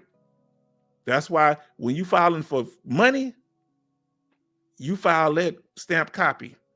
And we're about to cover that in a minute. But let's talk about these private doctors. You can get the private doctor to fill out that independent medical examination. You give them a copy of your DBQ, the same thing that a CMP doctor for the VA would fill out for your condition. So you got to give them the right DBQ. If you're diagnosed with PTSD, they have a DBQ, or a disability benefits questionnaire. That's what it is. And they fill it out, but they must fill it out properly. We're going to put a video. It's going to take a while for me to create this video because it takes a lot of work for me to give examples of it, because I'm the only person that'll give you a form with a hypothetical person and all of it makes sense. But that takes a lot of energy, time, and knowledge, because I want to make sure that, so we're going to give an example on that, but that's going to take me a while to produce. When I do it, it'd be good to watch it. But an independent medical examination is supposed to be weighed just as much as a CMP exam. Now, the VA don't want to do that. Now, here's the thing. Let me ask y'all this here. If you submit an independent medical examination from an outside doctor, outside the VA system, either your doctor or a specialist, it, like say, I remember one of y'all say y'all have for your back, and there's an image of a doctor there looking at back problems. And they do it based on the different vertebrae. They don't really say back problems. If you getting that done and you got a favorable CMP examination from a doctor, can you fight if the VA try to still send you to a CMP exam? Can you fight that? I'm hearing some people saying that you can tell them, no, you're supposed to consider the evidence if it's presented properly, that they're supposed to take your independent medical examination as evidence, and you shouldn't have to go to a CMP exam. Because I'm worried if you don't go to the CMP exam, it might cost you. Let us know in the chat.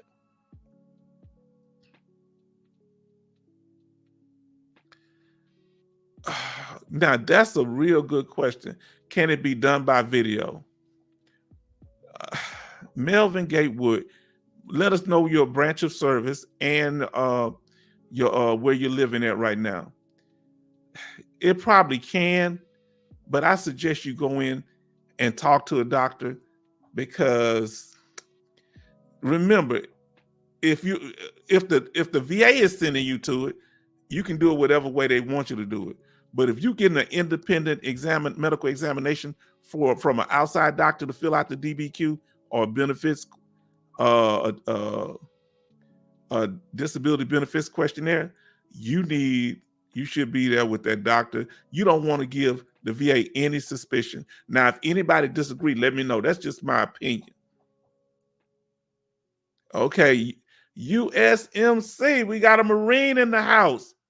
All right, I'm U.S. Army. Now let's see what my OB says. Don't know anything about the VA nowadays, but SSDI, yes. Well, guess what? We're here to make sure that you learn and get knowledgeable about your VA benefits of ones you may qualify for. Now let's see what Evan's talking about. I just worry about a reduction in benefits. I'm 100% PNT. Now watch our video, Evan. In this video, it's going to cover all those concerns. I'm going to answer your worry, your anxiety. I'm going to tell you what you need to do. Just stay on the video, and I got an answer to all that about worrying about them reducing you. But you need to watch our video, the VA rating code sheet. And when we go over the VA rating code sheet, we go over step by step, using the hypothetical, Mr. John Brown, that the condition is static and there's no future exams. Now, your concern, Mr. Evan, is even when a veteran is 100% permanent total, the VA called them in for more examinations than they did other people with less protections. That is true. That is true. The Office of Inspector General, we have, watch our video, VA reexaminations, unwarranted VA reexaminations. And we go into that step by step. But we're going to tell you how to deal with that anxiety, brother, because we here for you. Now, I don't know what I would go to the exam. That is true.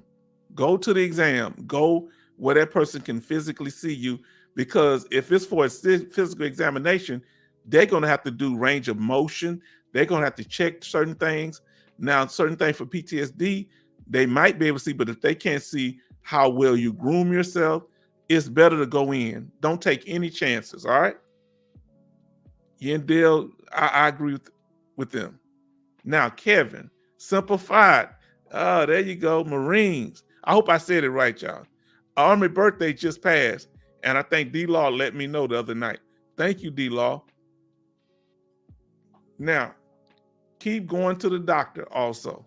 Let me tell you something, because we get all these misinformations about going to the doctor. Once you get your 100%, you don't have to go no more. Let me tell you what I got on my award letter. They said that I was 100% already. They said I got my permanent and total. I was IU, just temporary IU, unemployability. And I got 100% permanent and total scheduler. They said I got it because I was continuing to seek treatment. They said that on my decision letter. So if you don't believe it's real, it's real. D-Law know what they're talking about. Because when time go on, if they call you in for a reevaluation, Evan, if you haven't been continually seeking treatment, that can be used against you.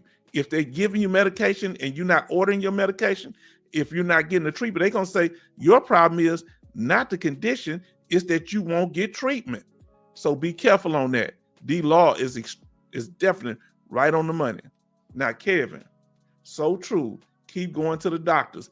Anybody telling you not to go to your doctors, don't listen to them. Let me tell you why.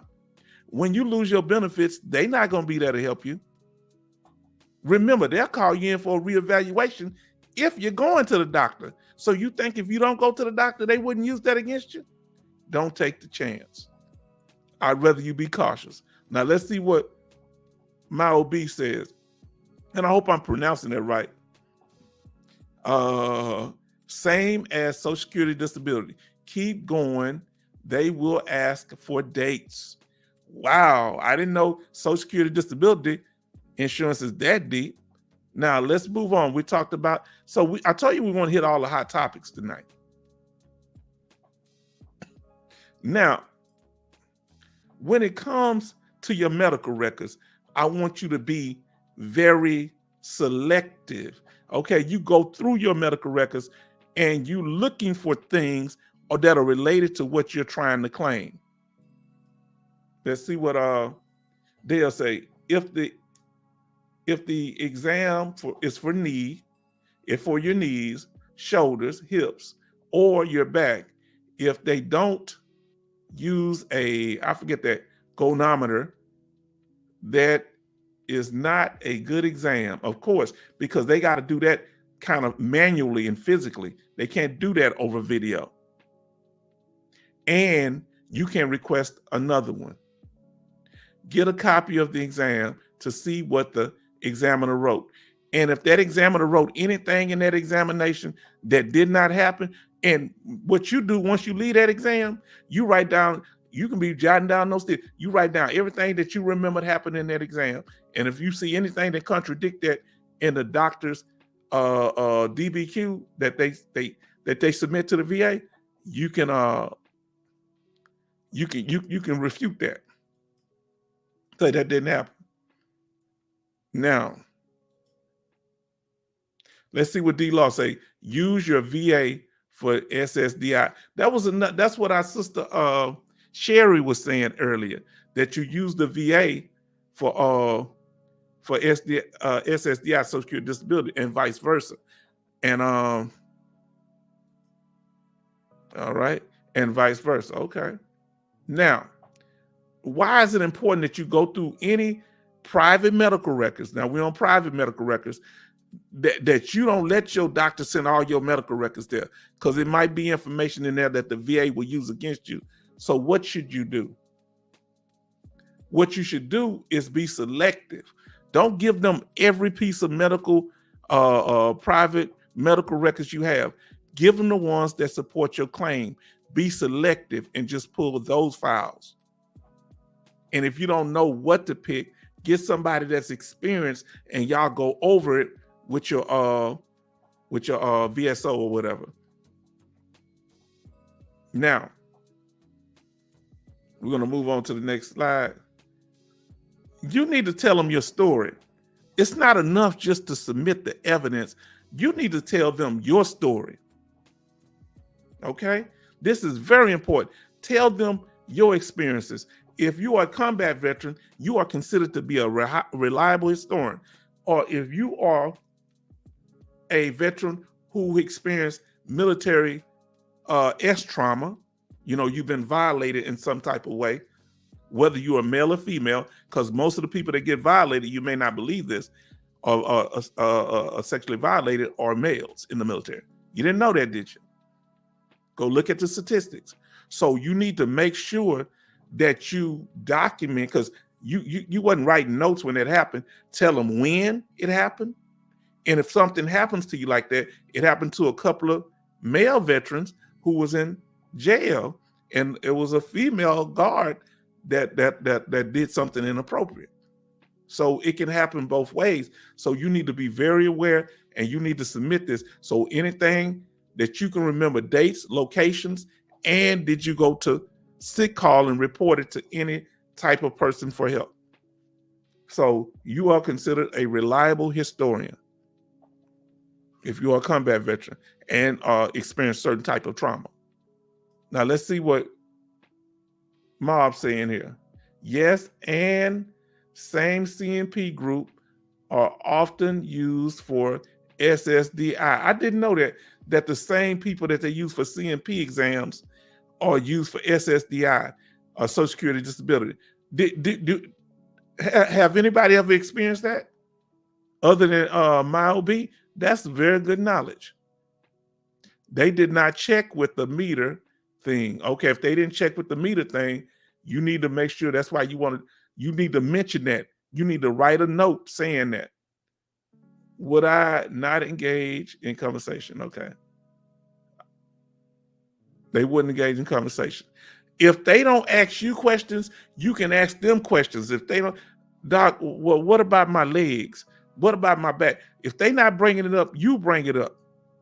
Tell them what's bothering you. Remember, it's like a mechanic. You got to tell the mechanic what's wrong with you. Now let's move on to D-Law. I keep copies of my private medical record forms for my desktop. On my desktop and USB drive. Same with the DD-214 award letters, claims, and appeal forms. Please do that, and always keep hard copies, because if your computer crash or you pass and your family can't get access to those things. Tell us what you're saying no to D-Law. I don't know. Now, all government agencies. Okay, all government agencies. Now let's see what Yin is telling us here. The VA will request your Social Security record. Okay. I sent mine in and still got a duty to assist error saying they had not gotten them, and it was sent back to a rater. I'm trying to handle the reading. I'm kind of reading kind of sparse here because I'm kind of handling everything with the chat and everything. Now, here go Dale. You may be eligible to receive expedited process of disability claim for Social Security disability if, now here are the requirements that Dale is telling us. You develop a disability while on active duty on or after October 1st, 2001. You or have 100%, disability rating. Now, it goes some more information. 100% permanent total disability rating. The SSA system should automatically identify your military veteran status. They should, but they don't always consider it. Okay, if they didn't, use a gonometer, I think that is. It's not sufficient. It's not sufficient. Bad exam. So I guess it's talking to the earlier OB telling you about that. Okay.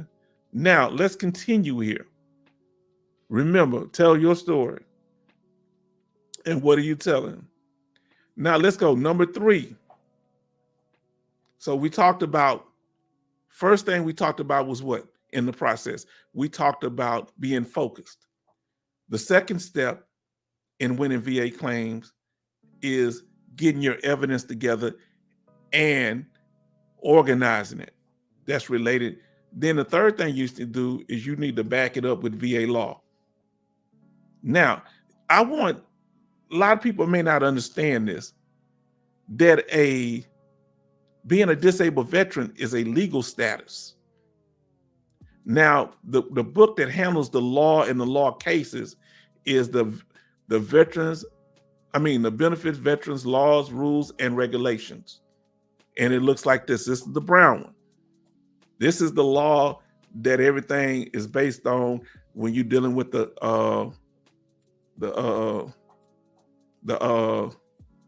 Board of Veteran Appeals when they have new cases. And this is how they come up with new acts. They'll put them in this book when they have new laws that are made based on presumptive illnesses and different things like that. Now let's see what D-Law is talking about. Then we're going to move on to the next slide.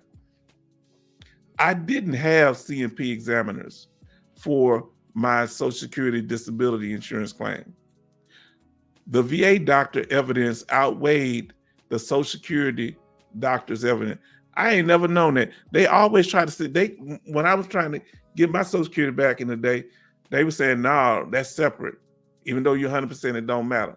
They must have changed things to make it somewhat a smoother process for you, D-Law. Let us know in the chat how that happened. Now let's go on. Now we're on the third step, law. Let's talk more about the law.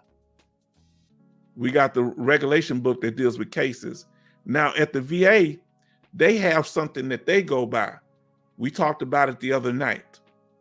They go by something a little different, but it's a day-to-day manual. It's based on the law book, the regulation book, but it deals with how they handle cases practically. And this is very important. Now let's see what my OB says. Yeah, it was separate before. Okay, let's see what the VA uses in their day-to-day activities when dealing with veterans claims. We talked about this the other night.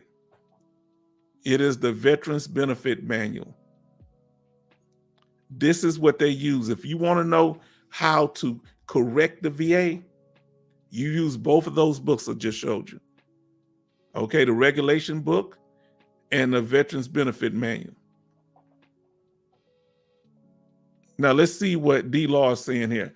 I got Social Security disability with a 70% service-connected rating for PTSD, loss of sleep.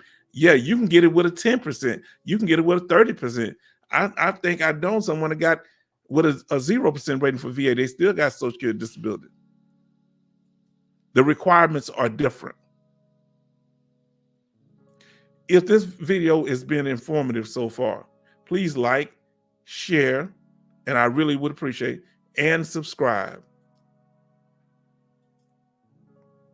Now the last one, we're bringing it home now, okay? We're bringing it home. Number 4. So we've talked about being focused, and we have a video, a shorter video on this. So matter of fact, we got 2 of them. So look at those, and if you need any assistance, and in that, if for some reason I've left out a step that you feel should be in there, put it in the comments.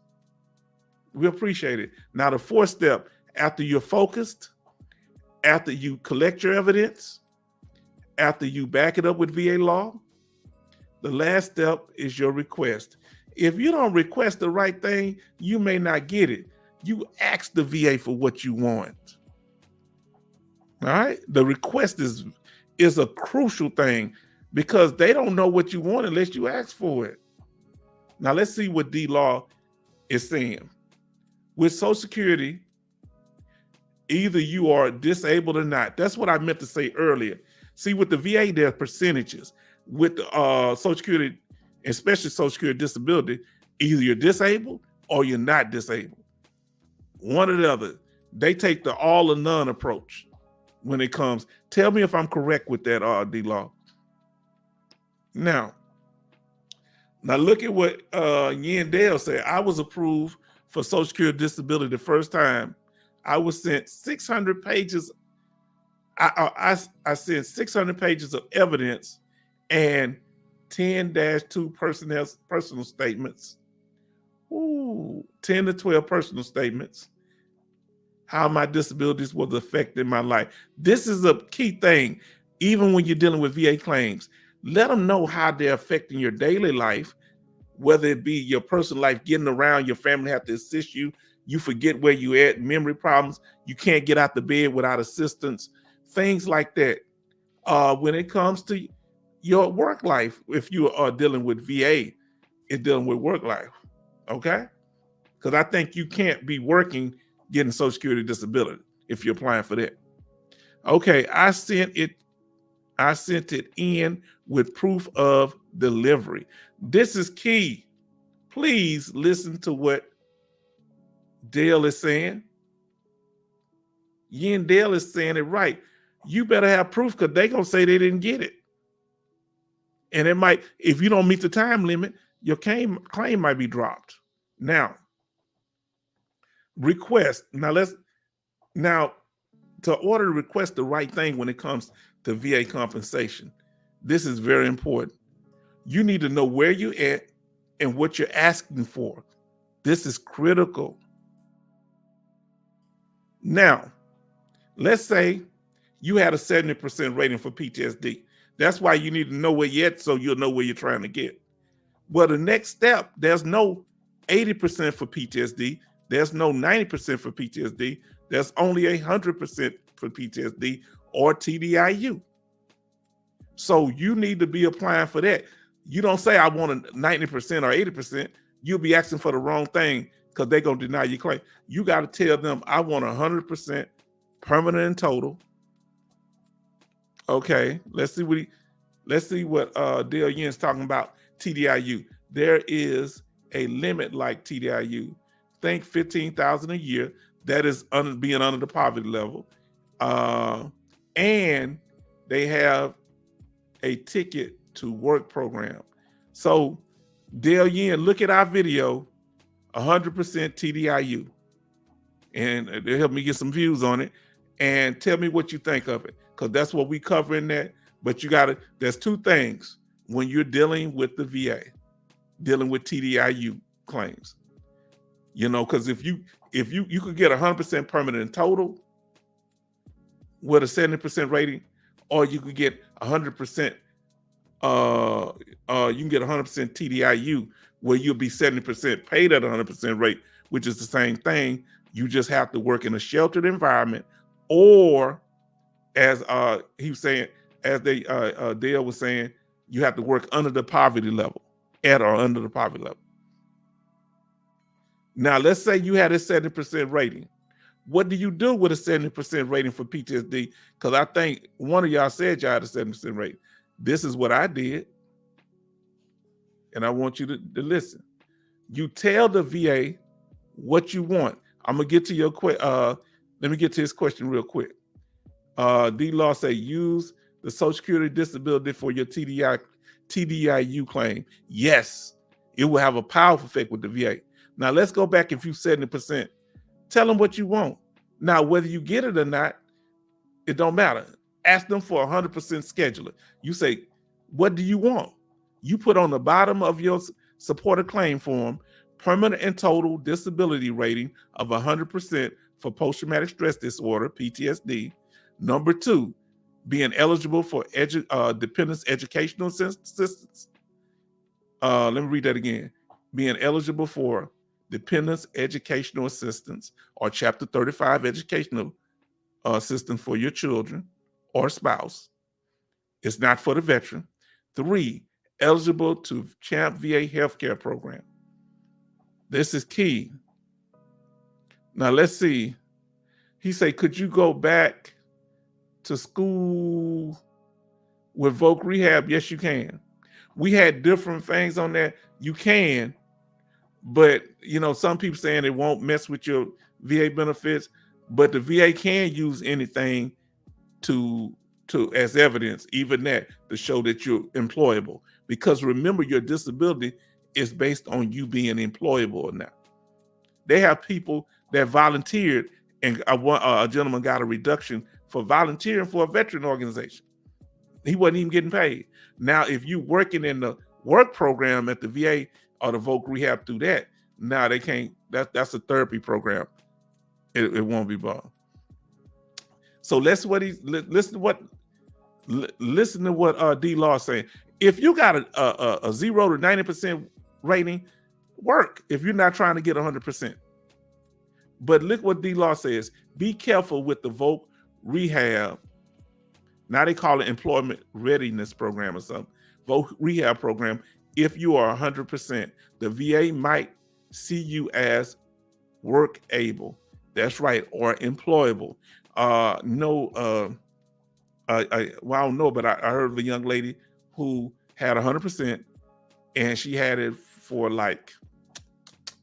she was 90% played TDIU,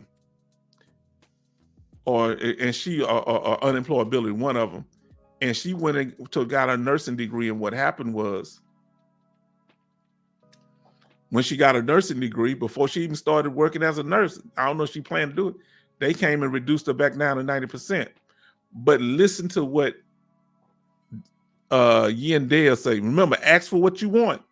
If you want a 60% rating, 100% rating, but you got to make sure they have that rating, because they only some disabilities don't go up to 100%. You need to know that. Look at the rating schedule for that disability. Let's see what Yin Dale says.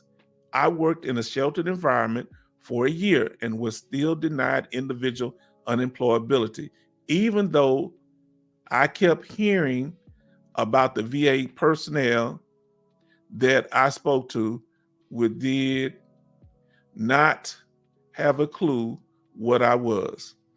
Now, they don't know in sheltered environment. That's why when you're going for it, it's best to not be working at all on the books, okay? Shouldn't be working. You can work in a family business. That's considered a sheltered environment. Talking about, okay. Let's see what Daniel say. I sent in paperwork to VA a few years ago via mail, and return receipt VA said my paperwork was late. That's why I say y'all got to listen to me. I'm about to tell you the preferred method, okay? By regulation, it was date stamp, which I had to contact the VA and prove them with a copy of receipt. Please don't mail anything to the VA. I beg of you. That's not saying it won't go through, but you're shooting yourself in the foot. You're setting yourself up for failure. Please don't do it, because it's not going to a person who's getting it. But when they get a stamped copy, you getting a copy of that. Because we had a veteran who we helped, and he submitted his stuff and got a stamped copy. They said that they closed his claim. He said, no, it's open. Y'all didn't send me no exam. Oh, no, it's closed. So we was able to get that stamped copy, take it up there, and they almost got in trouble because they did not. If he wouldn't have produced that, he wouldn't have had evidence to fight with. And guess what? He took it to him on Friday, Monday, and Wednesday. He had CMP exams, I think. Okay.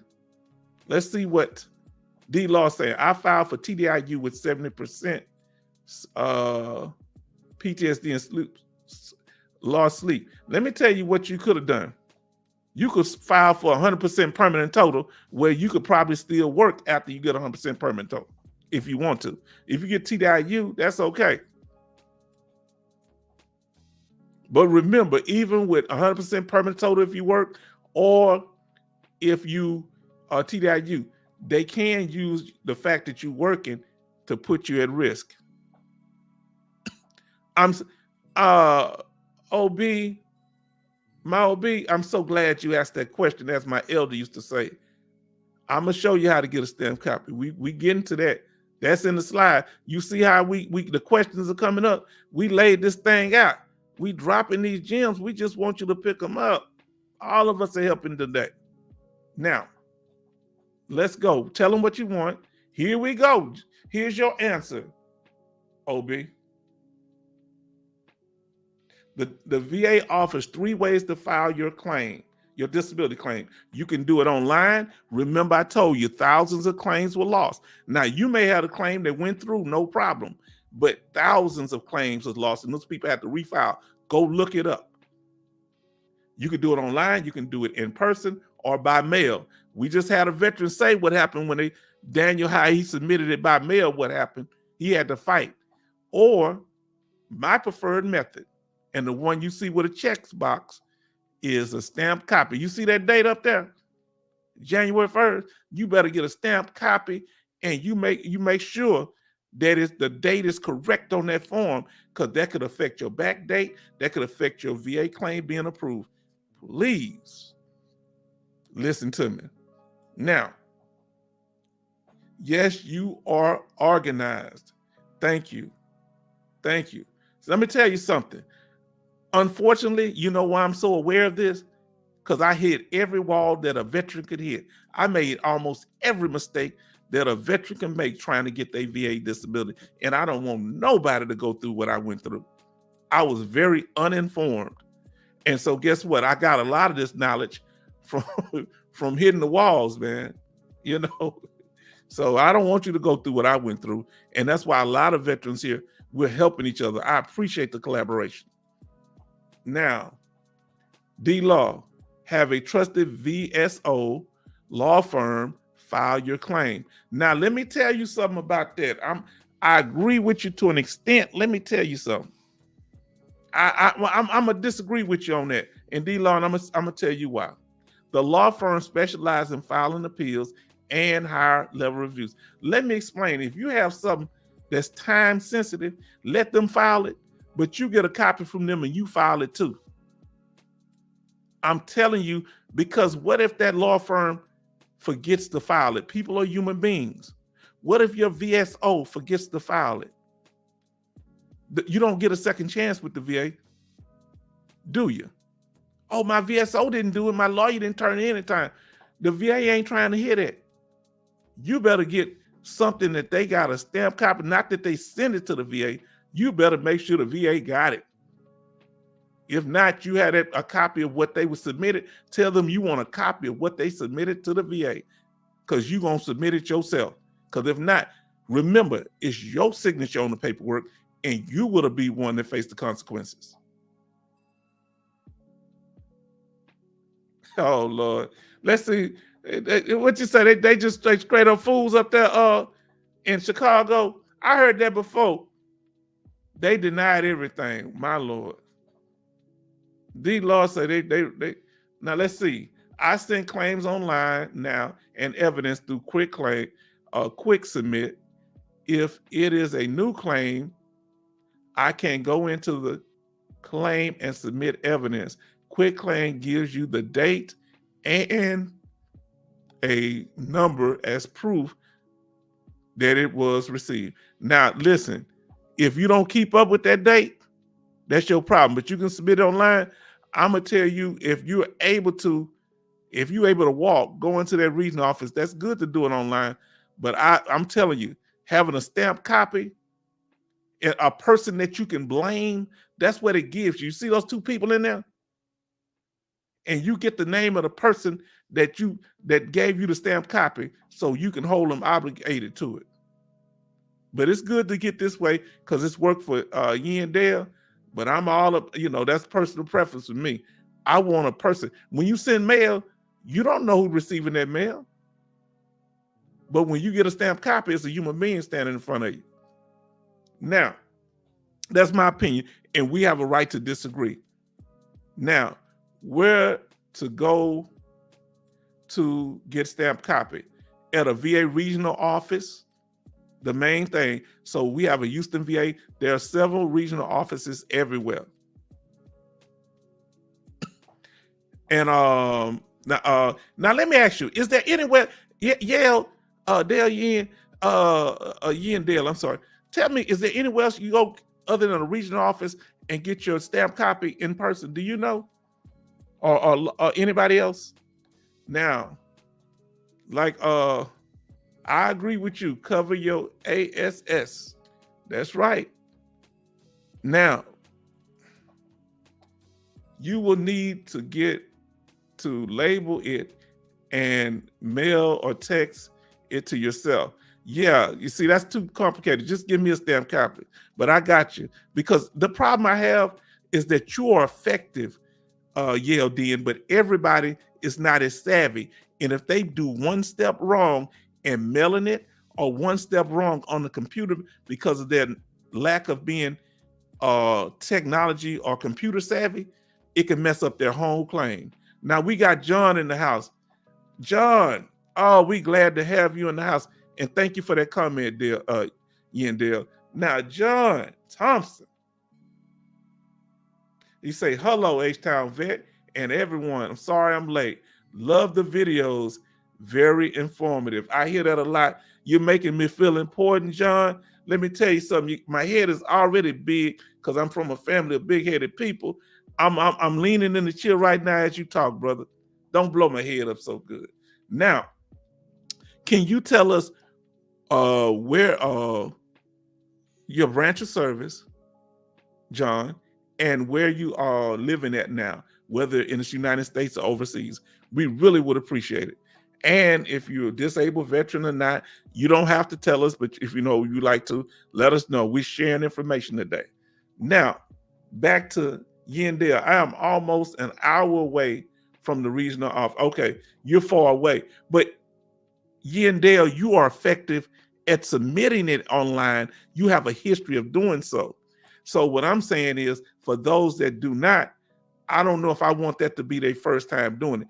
You try another claim that's not related to money. If it's not related to money, yeah. But when it comes to them lawyers, if the lawyer forget to submit it, you're going to be the one facing the consequences. They literally lost several things that people did online, because what we do sometimes, we lose information, or we don't print it out like we should, or get a code like Yendale said. Now, that is the only place I got one. Oh, I've got one. Okay. Yeah, mine is about 40 minutes away. I live in the Houston area. Oh, let me go to Mob here. My OB. I walk. Let me see. I walk FAM Pro Taxes payments and get copies right there, because they will lose it to penalize and possibly foreclosure. Yeah, when you're dealing with, I guess you have farmland. Let me tell you something. It's good to get something in writing sometime, that you don't want something even off a computer. You want some ink on there. So if you take that into a courtroom, you can contest. Say, they can't say you altered anything. Because what if the VA say the number that they gave you, oh, it don't line up with the number we got now? But if you get that stamped copy from that region office, they can't say nobody doctored the books. Now, but everybody's opinion is necessary.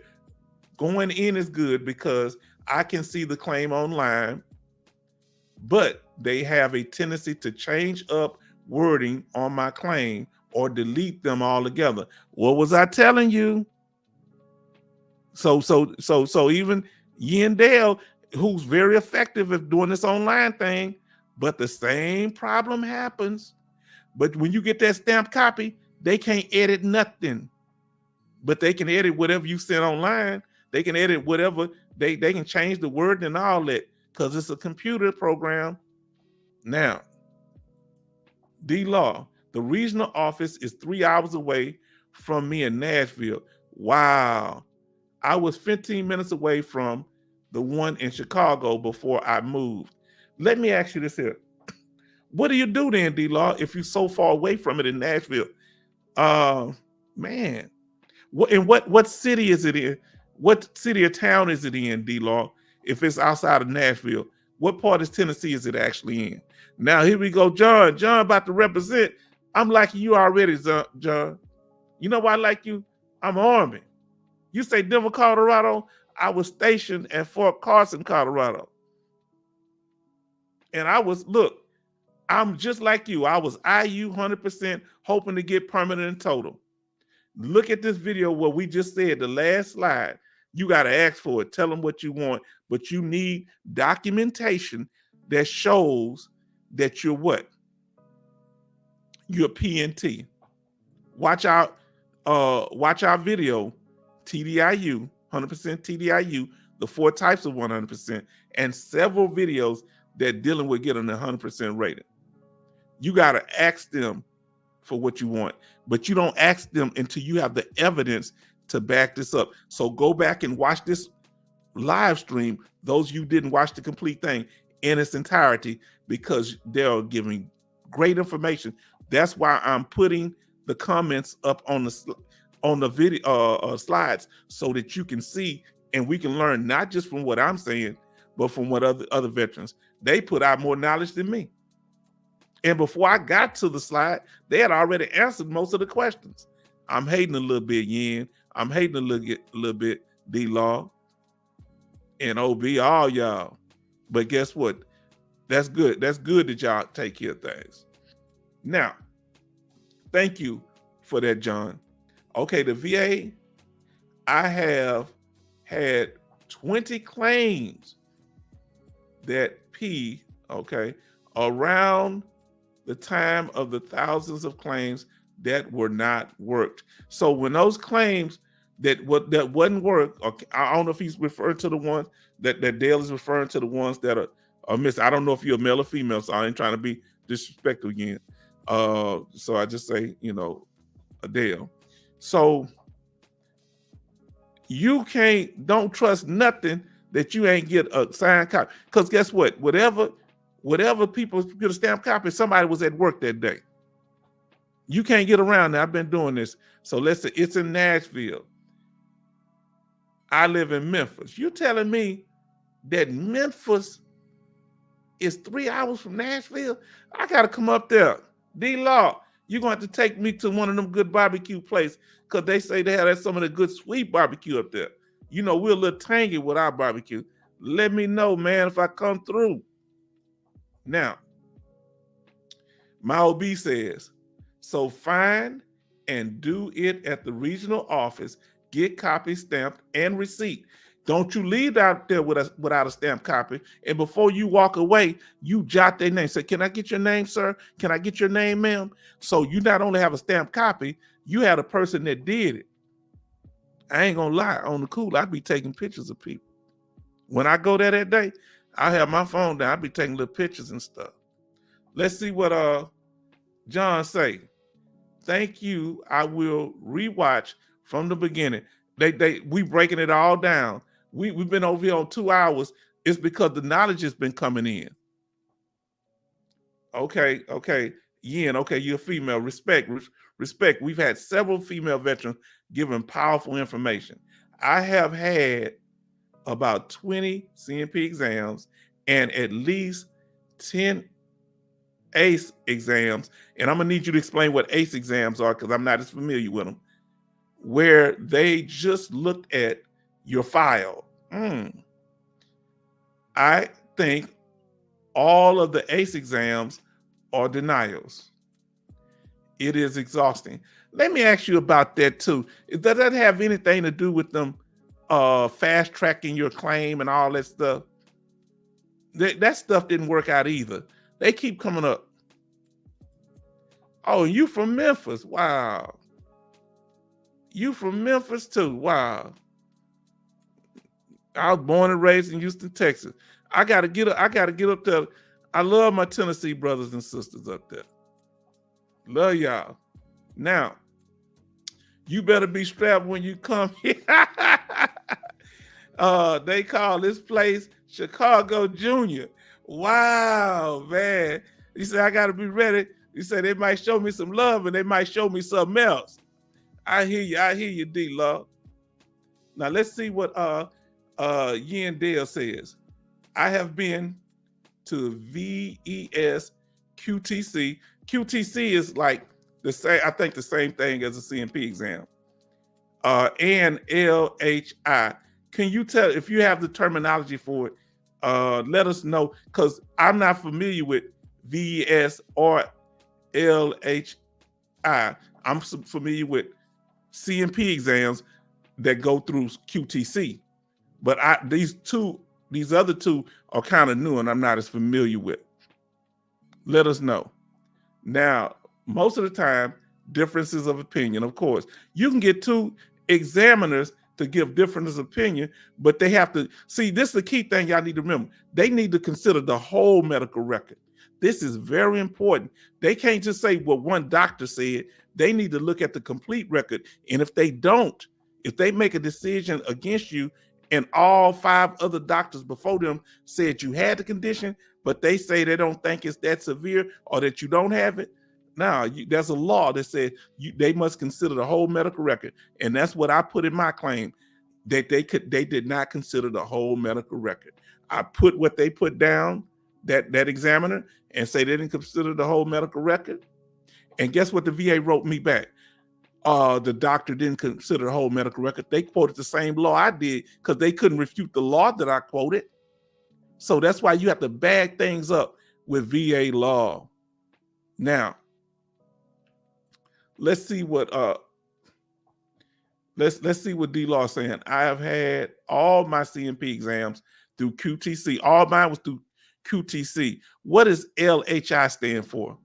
Can you tell me that? Because I know what QTC is, but I never heard of LHI.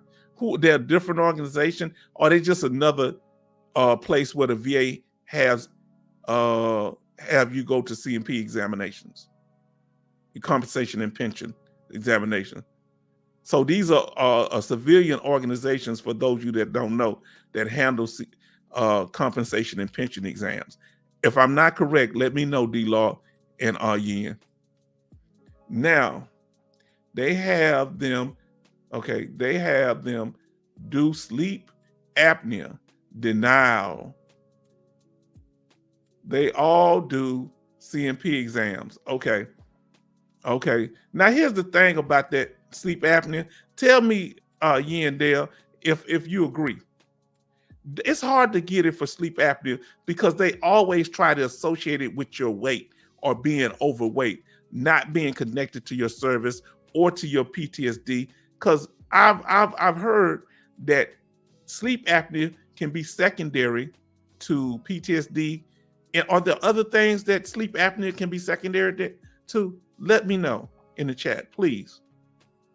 Because secondary claims, you can get more compensation for secondary claims than you can primary claims. You could be zero connected for, let's say, PTSD.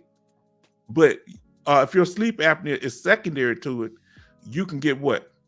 You can get 70, 80, 100%, whatever they offer, and still be 0% for the primary condition of PTSD. Watch our video. We had a video and we went over this too.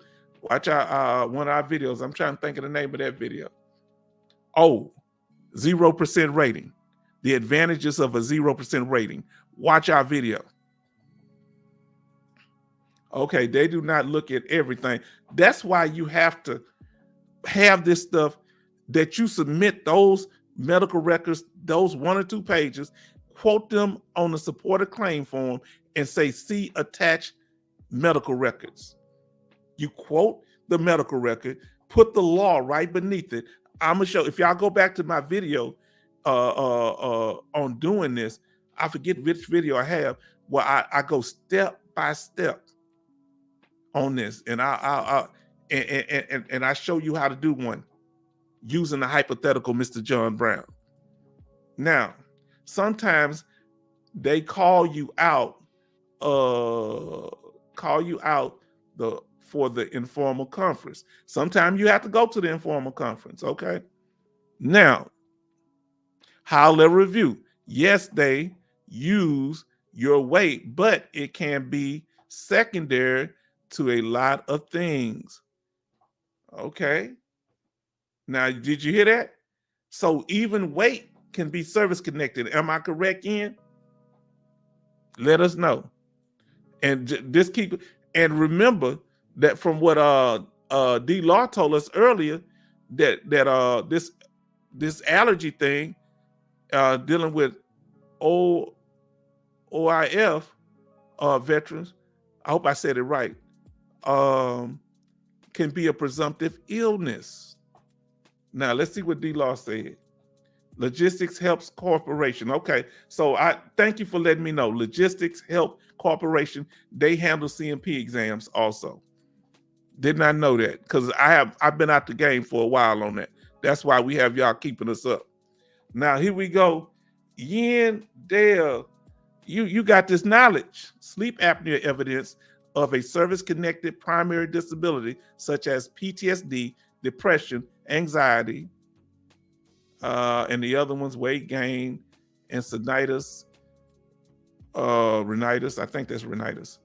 And these things. Okay, now, I want to make a clear point right now that you can have more than one mental health condition service connected, but they're only going to pay you for the one that's more severe.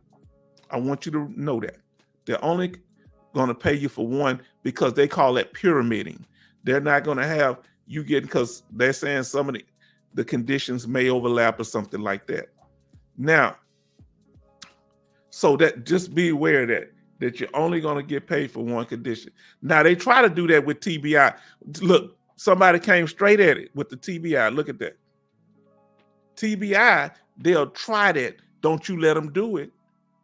TBI is not just, it has some of the similar symptoms of PTSD, but it's a separate condition because it has a what?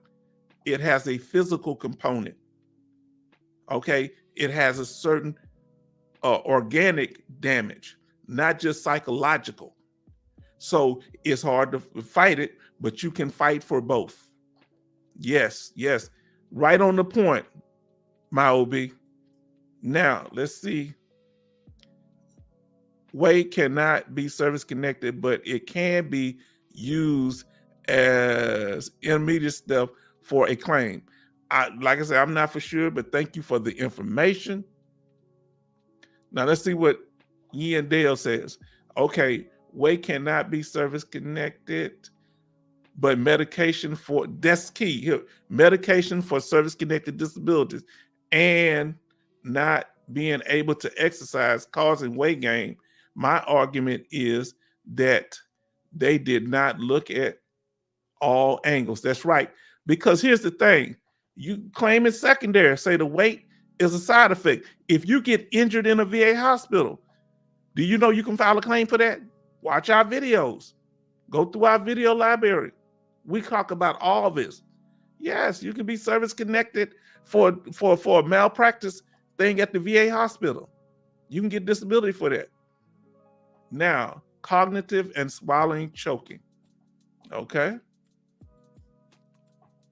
David tells us the LHI also arranges readiness medical procedures for the reserves like vaccinations, hearing tests, and teeth cleaning. Y'all need to know that. I didn't know that about this. Okay, Kevin. Daniel is correct. Okay. We getting there. Now let's go to the next slide because I know y'all gonna have a lot more comments. Now, here go the reading office. Let me tell y'all something about going to reading office. You asked me, OB, earlier about, here go the reading office. Let me tell you something about that reading office. When you go in there, you have your game face on because they're going to try to confuse you with what you're asking for. Well, I want my award letter. What letter you want? I want this. So I have videos on what an award letter looks like, what a I have videos on what the decision letter look like, the notification letter look like. I had to talk to them, and this guy tried to talk me in circles because he was trying to confuse me on which form or which document was which. And I made him tell me. He was telling me, oh, write in now. I said, I want you to tell me. I said, I can write it down. I don't know everything that you know. I kept fighting until I got it. I got this information through pressing them. So that's why go watch our video on the 3 VA disability compensation letters, the award letter, the VA notification letter, the VA decision letter. All of them play critical roles. So you know what you're asking for. When you submit the claim, you get your stamp copy and you make sure that you got it on the right form. All right. Now let's see what Mo B say. So when you going in there, have your game face on. They might throw you off because they've been experienced more than you, but not all of them are going to be adversarial. But I'm telling you, enough has been when I went in there, and I know what I'm talking about most of the time. Now, my OB says also visual hearing migrated TBI. It's physical, different than PTSD. Yeah, you're right, but the VA don't want to separate it out most of the times. You got to make it a point, and you got to back that up. Show the physical symptoms on your evidence. The physical symptoms, not just the ones that mirror with post-traumatic stress disorder. And you supposed to say, because if the condition, like, let's say you had PTSD and psychotic disorder, they're going to pay you for the PTSD because they're going to say that you cannot separate the symptoms from the psychotic disorder from the PTSD, that they interact in ways that make them hard to separate. So, but TBI is different when it comes to TBI because it has physical injuries to the brain. He had blackouts or something that happened. Now, let's see. Watch about award video for right check form. Okay, that's right. So watch all those videos. So I tell you in each one of those videos which one I've covered and which one you need to go back and look at. So each video, and we break them down. The award letter is the one you get every year. Now, went to CFP exam for tinnitus and was denied. Now, do you see that Yin Dale is a hard, knowledgeable person, but this VA, they random sometimes. They as random as a war zone, but always use whatever they deny you as information because they got to tell you why they denied you and what you need to get a higher rating. So that's the key thing of getting a denial. You learn from that, okay? I went to the VA hospital and got diagnosed with hearing loss and tinnitus and went to another CMP exam and was approved. Now, let me tell you this. Let me say this to you. Tell me what you think, Ian and Dale and Mob and Kevin and David. I want to ask y'all some questions, if whoever else is in the chat. When it comes to psychological disorders like PTSD, in your experience, do you have an opinion? Do the VA would rather you get a diagnosis at the VA for a mental health disorder like PTSD before they accept it? So even if you have an outside doctor that diagnosed you with PTSD, they still want to get a diagnosis to the VA. But like we said about the problems list, you can send that to the VA, and no doctor really want to undermine another doctor, even though they're on the outside. Put that on your problems list, because I learned that tonight from one of y'all. Now, just got DXD with memory loss from civilian doctor. Now, what is DXD? I don't know what DXD. You know, I'm not good with terms. If you say the words, I'll know it. Let us know that, my OB. Now, Social Security counted my PTSD. Interesting. Okay, counted my PTSD, anxiety, depression, and mood disorder as severe mental conditions. Yes, the VA will acknowledge that you may have service connection, but they're only going to pay you for the one that's the most severe because they consider it pyramid. They're not going to pay you for more than one mental health disorder. But Social Security may be different. Now let's see what Mark say. Diagnosis had a TBI. Okay.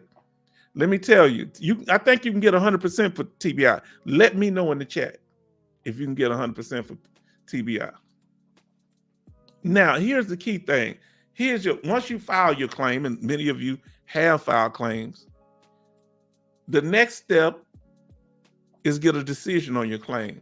Further down the road, you get if it's denied, you file an appeal. So when you file a claim, what should you do? Let me get to that. Let me answer this question here. Let's see what D-Law said. I was getting non-service connected disability for depression, anxiety, and mixed mood disorder, then changed it to PTSD for service connection.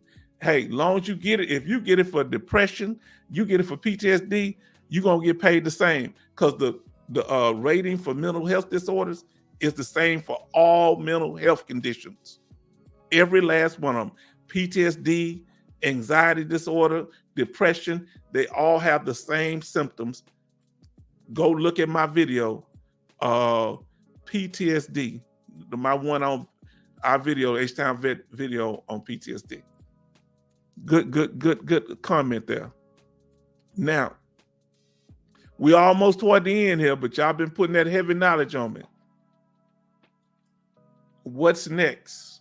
Once you've gotten your claim in, you file your claim, what's next? Many people, what do? Once they file a claim, they just kind of sit around and wait. What do you think you should be doing? Should you wait until they approve or deny?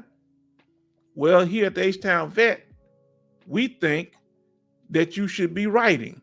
Writing what? Writing your appeal. Why should I write my appeal? I haven't even got approval or denial. So why should I write my appeal? Because you need to be spending that time to gather information for your appeal, learning about your disorder. So you got free time. Why is that important? You always want to be one step ahead. You always want to be one step ahead. You don't wait for them to deny you to file for your appeal. You start getting your evidence together then. Now let's see. Oh, they moving on now. They getting a lot of information here. Let me see. I think if I missed something, let me know. Diagnosed with TBI. That was. You need to consider that, because you can get a lot of my OB with TBI. You can get a lot of help, a lot of different things, adaptive housing, and I think different things. Now, I think I went over these questions. Let me go down. See doctors, continue care. Please continue to seek treatment. That's what they said in my award letter. I was continuing to seek treatment. That's one of the reasons they made me permanent and total. Now, if they give me that permanent total, they can take something away if you're not getting treatment. I know a lot of people say, you ain't got to go to the doctor no more. That's a fool's errand. They're not going to help you if something go bad. Now, let's see what they'll say. I received one from VA doctor and CMP examiner, which basically works for the VA. The CMP examiner had added disabilities too. The knee can have 5 different diagnoses. Did not know that. You just blowing my mind, Dale. Oh, y'all, wow. You saying just for your knee, there can be 5 different diagnoses? How many bones do you have in your knee and cartilage? Amazing. I learned a lot today. Now let's see. Dale has something else to say. Look up the DBQ to see the questions. Flexion, extension, instability, mucus, I can't say that, some kind of tear, and arthritis. Man. And if you have one of these conditions and you believe it to be service connected, you need to do what Yandel just said. Now, how do you feel about the term poking the bear? Veterans who okay, I'm laughing. So let me start off because I like Bernie's. How do you feel about the term of poking the bear? Veterans who may fear filing a claim because they may get reduced. Now, it depends. If you like, I'm 100% permanent total, I shouldn't be filing for TBI. Okay, if I got 100% for another condition, what I'm filing for TBI, unless there's some kind of PAC Act thing or something like that, where I'm gonna get, they giving a whole big large sums of money for going back for something that happened at Camp Lejeune or something, and they're gonna be giving $200,000-$300,000 payouts, or whatever the condition is that I could get service connected for, it might be worth the risk. If that condition is something that I could die terminally for, and by being service connected for it, it could help my family. Because if you die of a service connected disability, most of the time they got to give your family benefits, even if you ain't 100%. Okay, so there are other requirements if you are 100%. If you're 100% and you die of a service connected disability, you're straight. Your family get the condition. If you are 100%, once you've had that 100% for 2 years or paid at the 100% rate, you can die of anything and your family get your benefits. Remember, they only get the DIC death benefit and if you're at 100% and a Chapter 35. But I'm under the impression that they can't get some benefits if you die. If you die of a lower rating. I'll get more information about that. Now I want to ask y'all a question. We got one more slide, and let me ask you this. If a veteran dies, see if y'all know the answer to this here, and they had a claim that was open, and they get an award after death, can their spouse or dependents get the money? And how does that work? Can if that spouse died, does the claim die with I'm talking about a regular VA compensation claim? What is that called? Anybody knows? I'm gonna give you a hint. The word claim is in there. And the first word is 3 words. And the first letter is S. The first word. Now, can they be substituted? I'm gonna tell y'all, it's called a supportive claim.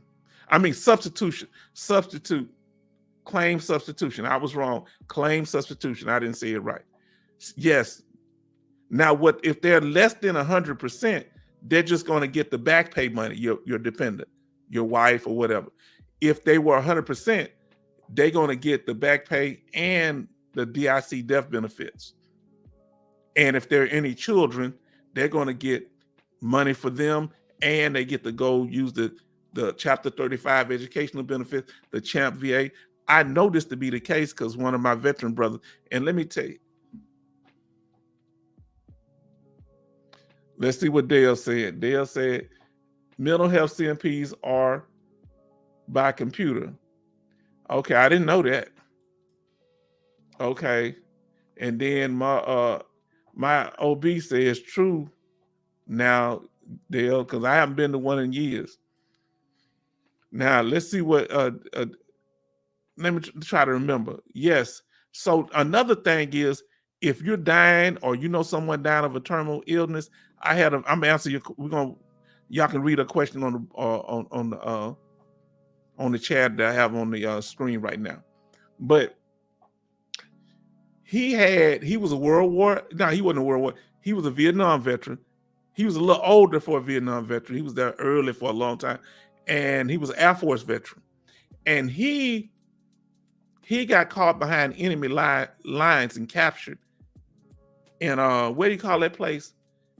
Not Vietnam, not Laos. It's another one over there. Cambodia, because they was putting these beacons down so the planes could land. The United States wasn't supposed to be in Cambodia, so it was top secret mission. And he was my veteran friend. That's David. It was his father-in-law, and he was saying, "Oh, I went over his house. I took my daughter over there, and they were swimming in the pool with my friend kids. You know, the Navy veteran, and this was his father-in-law, who was Air Force veteran." He said, "Yeah, I'm glad I had this one last time to have all of my grandkids here," because I say, "Why?" He said, "I'm gonna be losing my house because I got sick. I can't run the business anymore, so I'm gonna have to give up one of my houses." I said, "Why is that the case? Because I can't work." I said, "I thought you was a veteran." He said, "Yes." I say, "Well, let's file a claim." He said, "Well, I'm dying of cancer and I only have 4 months to live." Now you're gonna think I'm cruel what I said to him. I say, "Let's go file for your benefits, and that'll be 4 months that you'll live with your benefits." And I say, "You got your wife and you got your grandkids, and these assets need to stay in the family." He got his paperwork together. That week we went there, and the problem was all this stuff was top secret.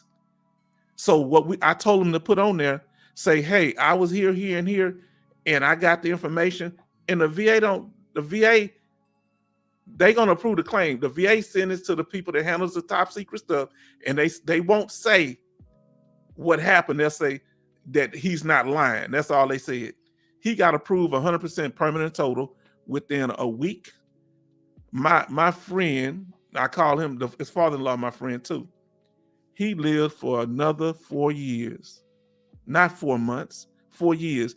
And when he passed, his wife was able to use his benefits, and she had the VA benefits too.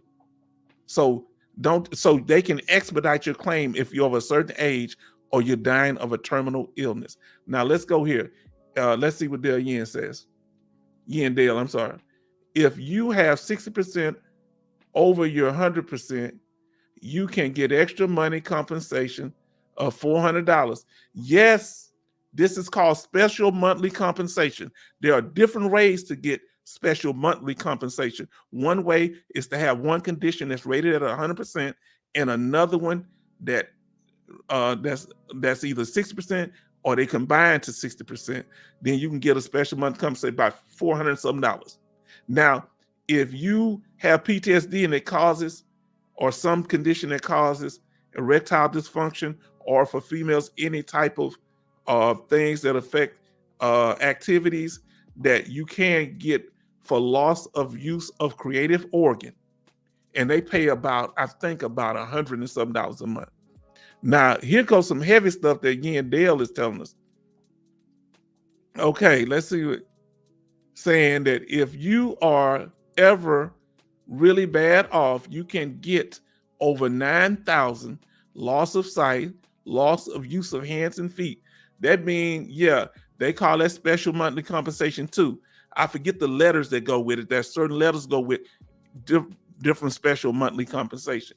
But you in bad shape. Sometimes you may not even know where you at. But they don't pay you your VA compensation no more. They pay you this instead. And that's okay, because you're getting paid tax-free money the same way. You still have the same benefits. Am I right, Dale? Dale, you let me know. They don't give you both your VA disability and this special monthly compensation that's paid at the high level. They give you, they stop giving you your VA compensation and give you the $9,000 a year. Now let's see what my OB says. Mental health, CNP by CPU. Okay. All right. Spouse can get DIC. Yes, watch our video, our most popular video. What is our most popular video? The 8 benefits at 100% rating.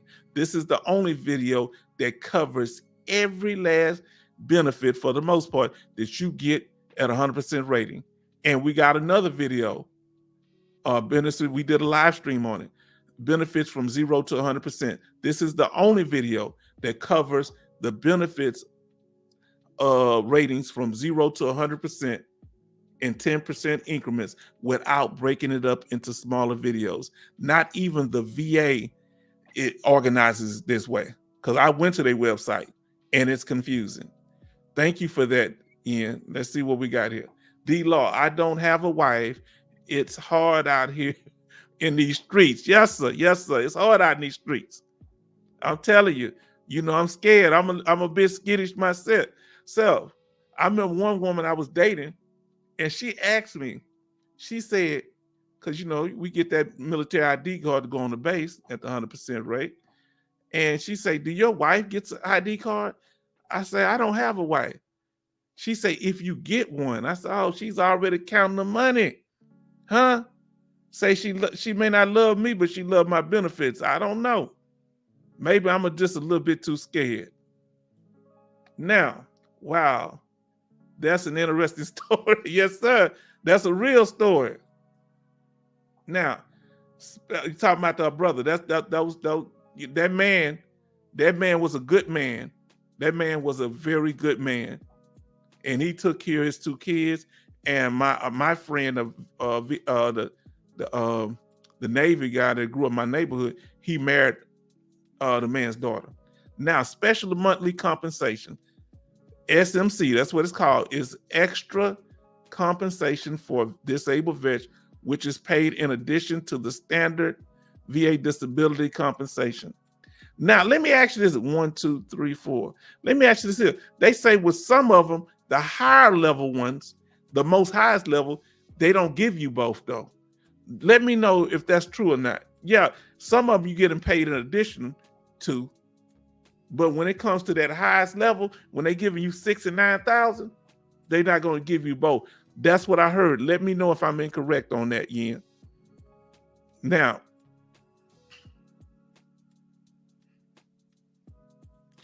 here's the thing. Just because we are disabled veterans, or we retired military and getting out this disability, never stop competing. Because when you start procrastinating, sitting around, remember, there's 3 steps to your benefits: getting your benefits, knowing what the benefits are once you get them, and then the last one, maintaining your benefits. Because just like one of y'all said earlier, being concerned about them lowering your rating. That's why you need to always be prepared for them to try to reduce you. Just like you prepare for appeals, prepare for reductions too. Have your paperwork ready to fight. Now let's see. I hear too many stories about women marrying combat disabled veterans for the benefits and not for love. Yes, and we got some female veterans telling stories too now. But because most of the people that are in the military are men, yeah, I know what it said. That's why when I got my benefits, I didn't tell my ex nothing. I had them for years because she was a bad actor. You know what I'm saying?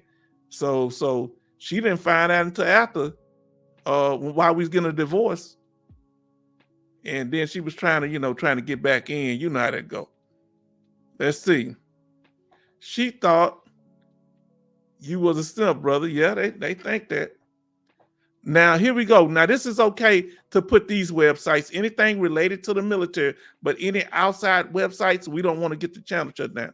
Here we go. VA disability compensation special monthly compensation rates. Go here to va.gov and put in the whole URL. That way you'll do it.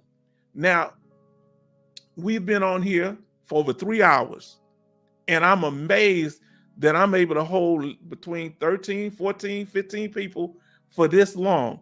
And this is a reflection of your input and how you've helped us to have this live stream. And we thank you for this. All right. Now, let's see what Bernie always be coming. I saw a guy on a date show recently led with his VA disability compensation. Led with it. I received. Don't lead with your money. So he's saying he led, stop leading with your military retirement. You understand? That's the important part. Don't get me wrong. Nobody should be dealing with a bum. But please, please, you make sure you lead with your accomplishments. Please listen to what I just told you. Lead with your accomplishment, not with your wallet. Because if she's there for the wallet, if somebody come with a bigger wallet, guess what? Big bank take little bank every day, right? Now, I agree. I see. He agreeing with Bio B. Great information. Well, give y'all last shout outs. And I want to thank you, especially Yandale, for such incredible information. And please continue to be a part of the live stream. This will help me improve when I make more videos, not just live streams. This information will be used in making new videos because y'all are giving me perspectives that I didn't have. Now we got Angel in the house. Angel, you back here. Best SMCK is paid in addition, but all others SMC is paid as one amount, including both. That's right. All right. Certain ones are paid separately. You get both of them, not two separate checks. Oh, there you go. Yeah, the MVP is Yandale. She bringing knowledge. Shout out to Kevin. When is the next one? I have them listed. They're scheduled, I think, I may change it now. I got one scheduled for Tuesday and one scheduled for Thursday of next week. Look, you need to like, share, and subscribe and click like, share, and subscribe and click on the notifications. And I want y'all to go back and look at all the videos that you haven't watched because we need to amplify in order for it to be in the algorithm for other veterans to see this. Y'all got to be like, sharing, and subscribing this thing and watching the videos. Incredible is right. Okay. So any last shout outs? I want to thank you. And I hope we've been effective. Do y'all like do you like this format where we engage with each other? Is this too boring somewhat? Let me know what your opinion is.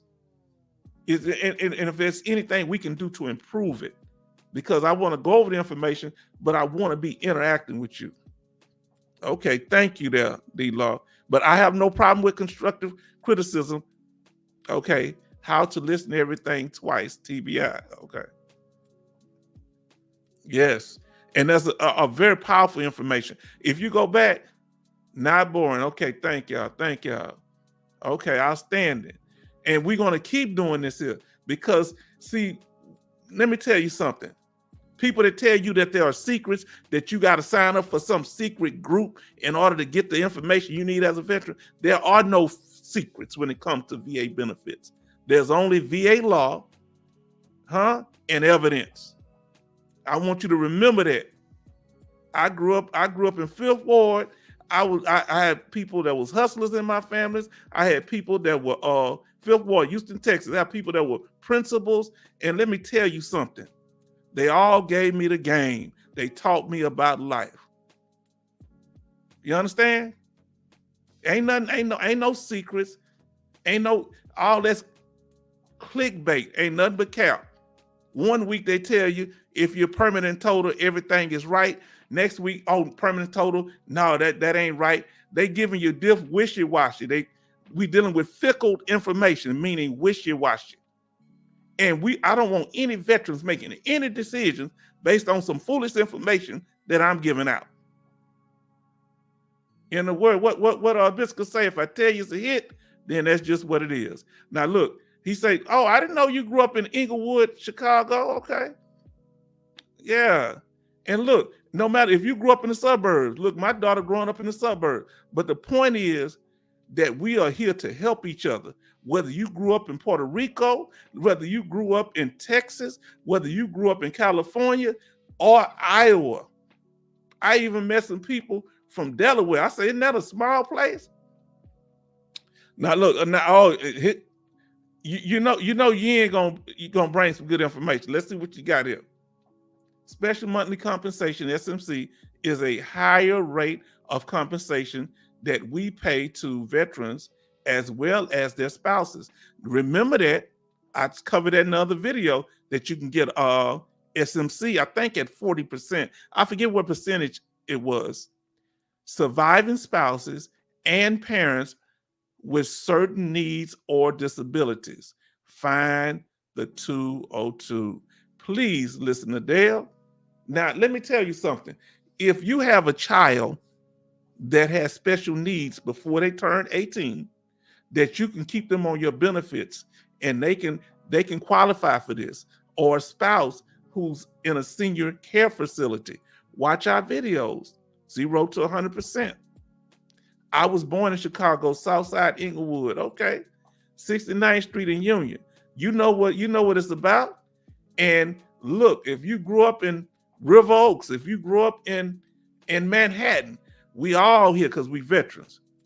But the point is, we understand that from all of our different experiences, we here, we all veterans, and we all need to help each other, whether our racial background, whether we come from a different country, because I serve with Jamaican brothers and sisters, and I serve with Puerto Ricans.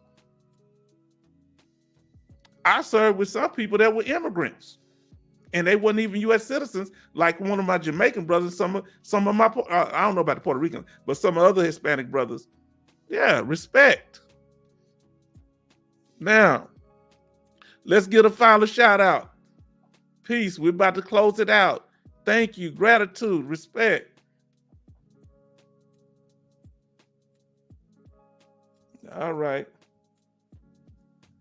Let me put something in there. All right. We're concluding. If you didn't watch it, go back, watch the whole thing. If you don't watch it tonight, you can watch it tomorrow. Let me know if the music was okay. Leave something in the chat. If it's too loud or distracting, let me know. Health is so bad, I need this one. You keep coming here. We're going to keep building each other up. We're going to keep covering different topics. Look, this is amazing. We got more people in here now that we're leaving than we did when we started. We always kept about 10, 12, or 15. We had 17. We're going to keep this going because we're not here to make people feel good. We're not here to discourage them. We're here to help them. We're not here to give them a false sense of hope. Let me put it like that. Okay, bye. Peace out, Evan. Peace out, D-Law. Love to you, James. Take care, my OB. Kevin, we're going to see you on the next one. Yin Dale, thank you for all the information, and we hope you stay committed to helping us here. And to all the others, what my brother John, to you, Angel, John Thompson, Kevin, to all y'all, peace out. And if I missed you, love to you too. All right, we ended it now. Thank you for joining us. Have a nice night.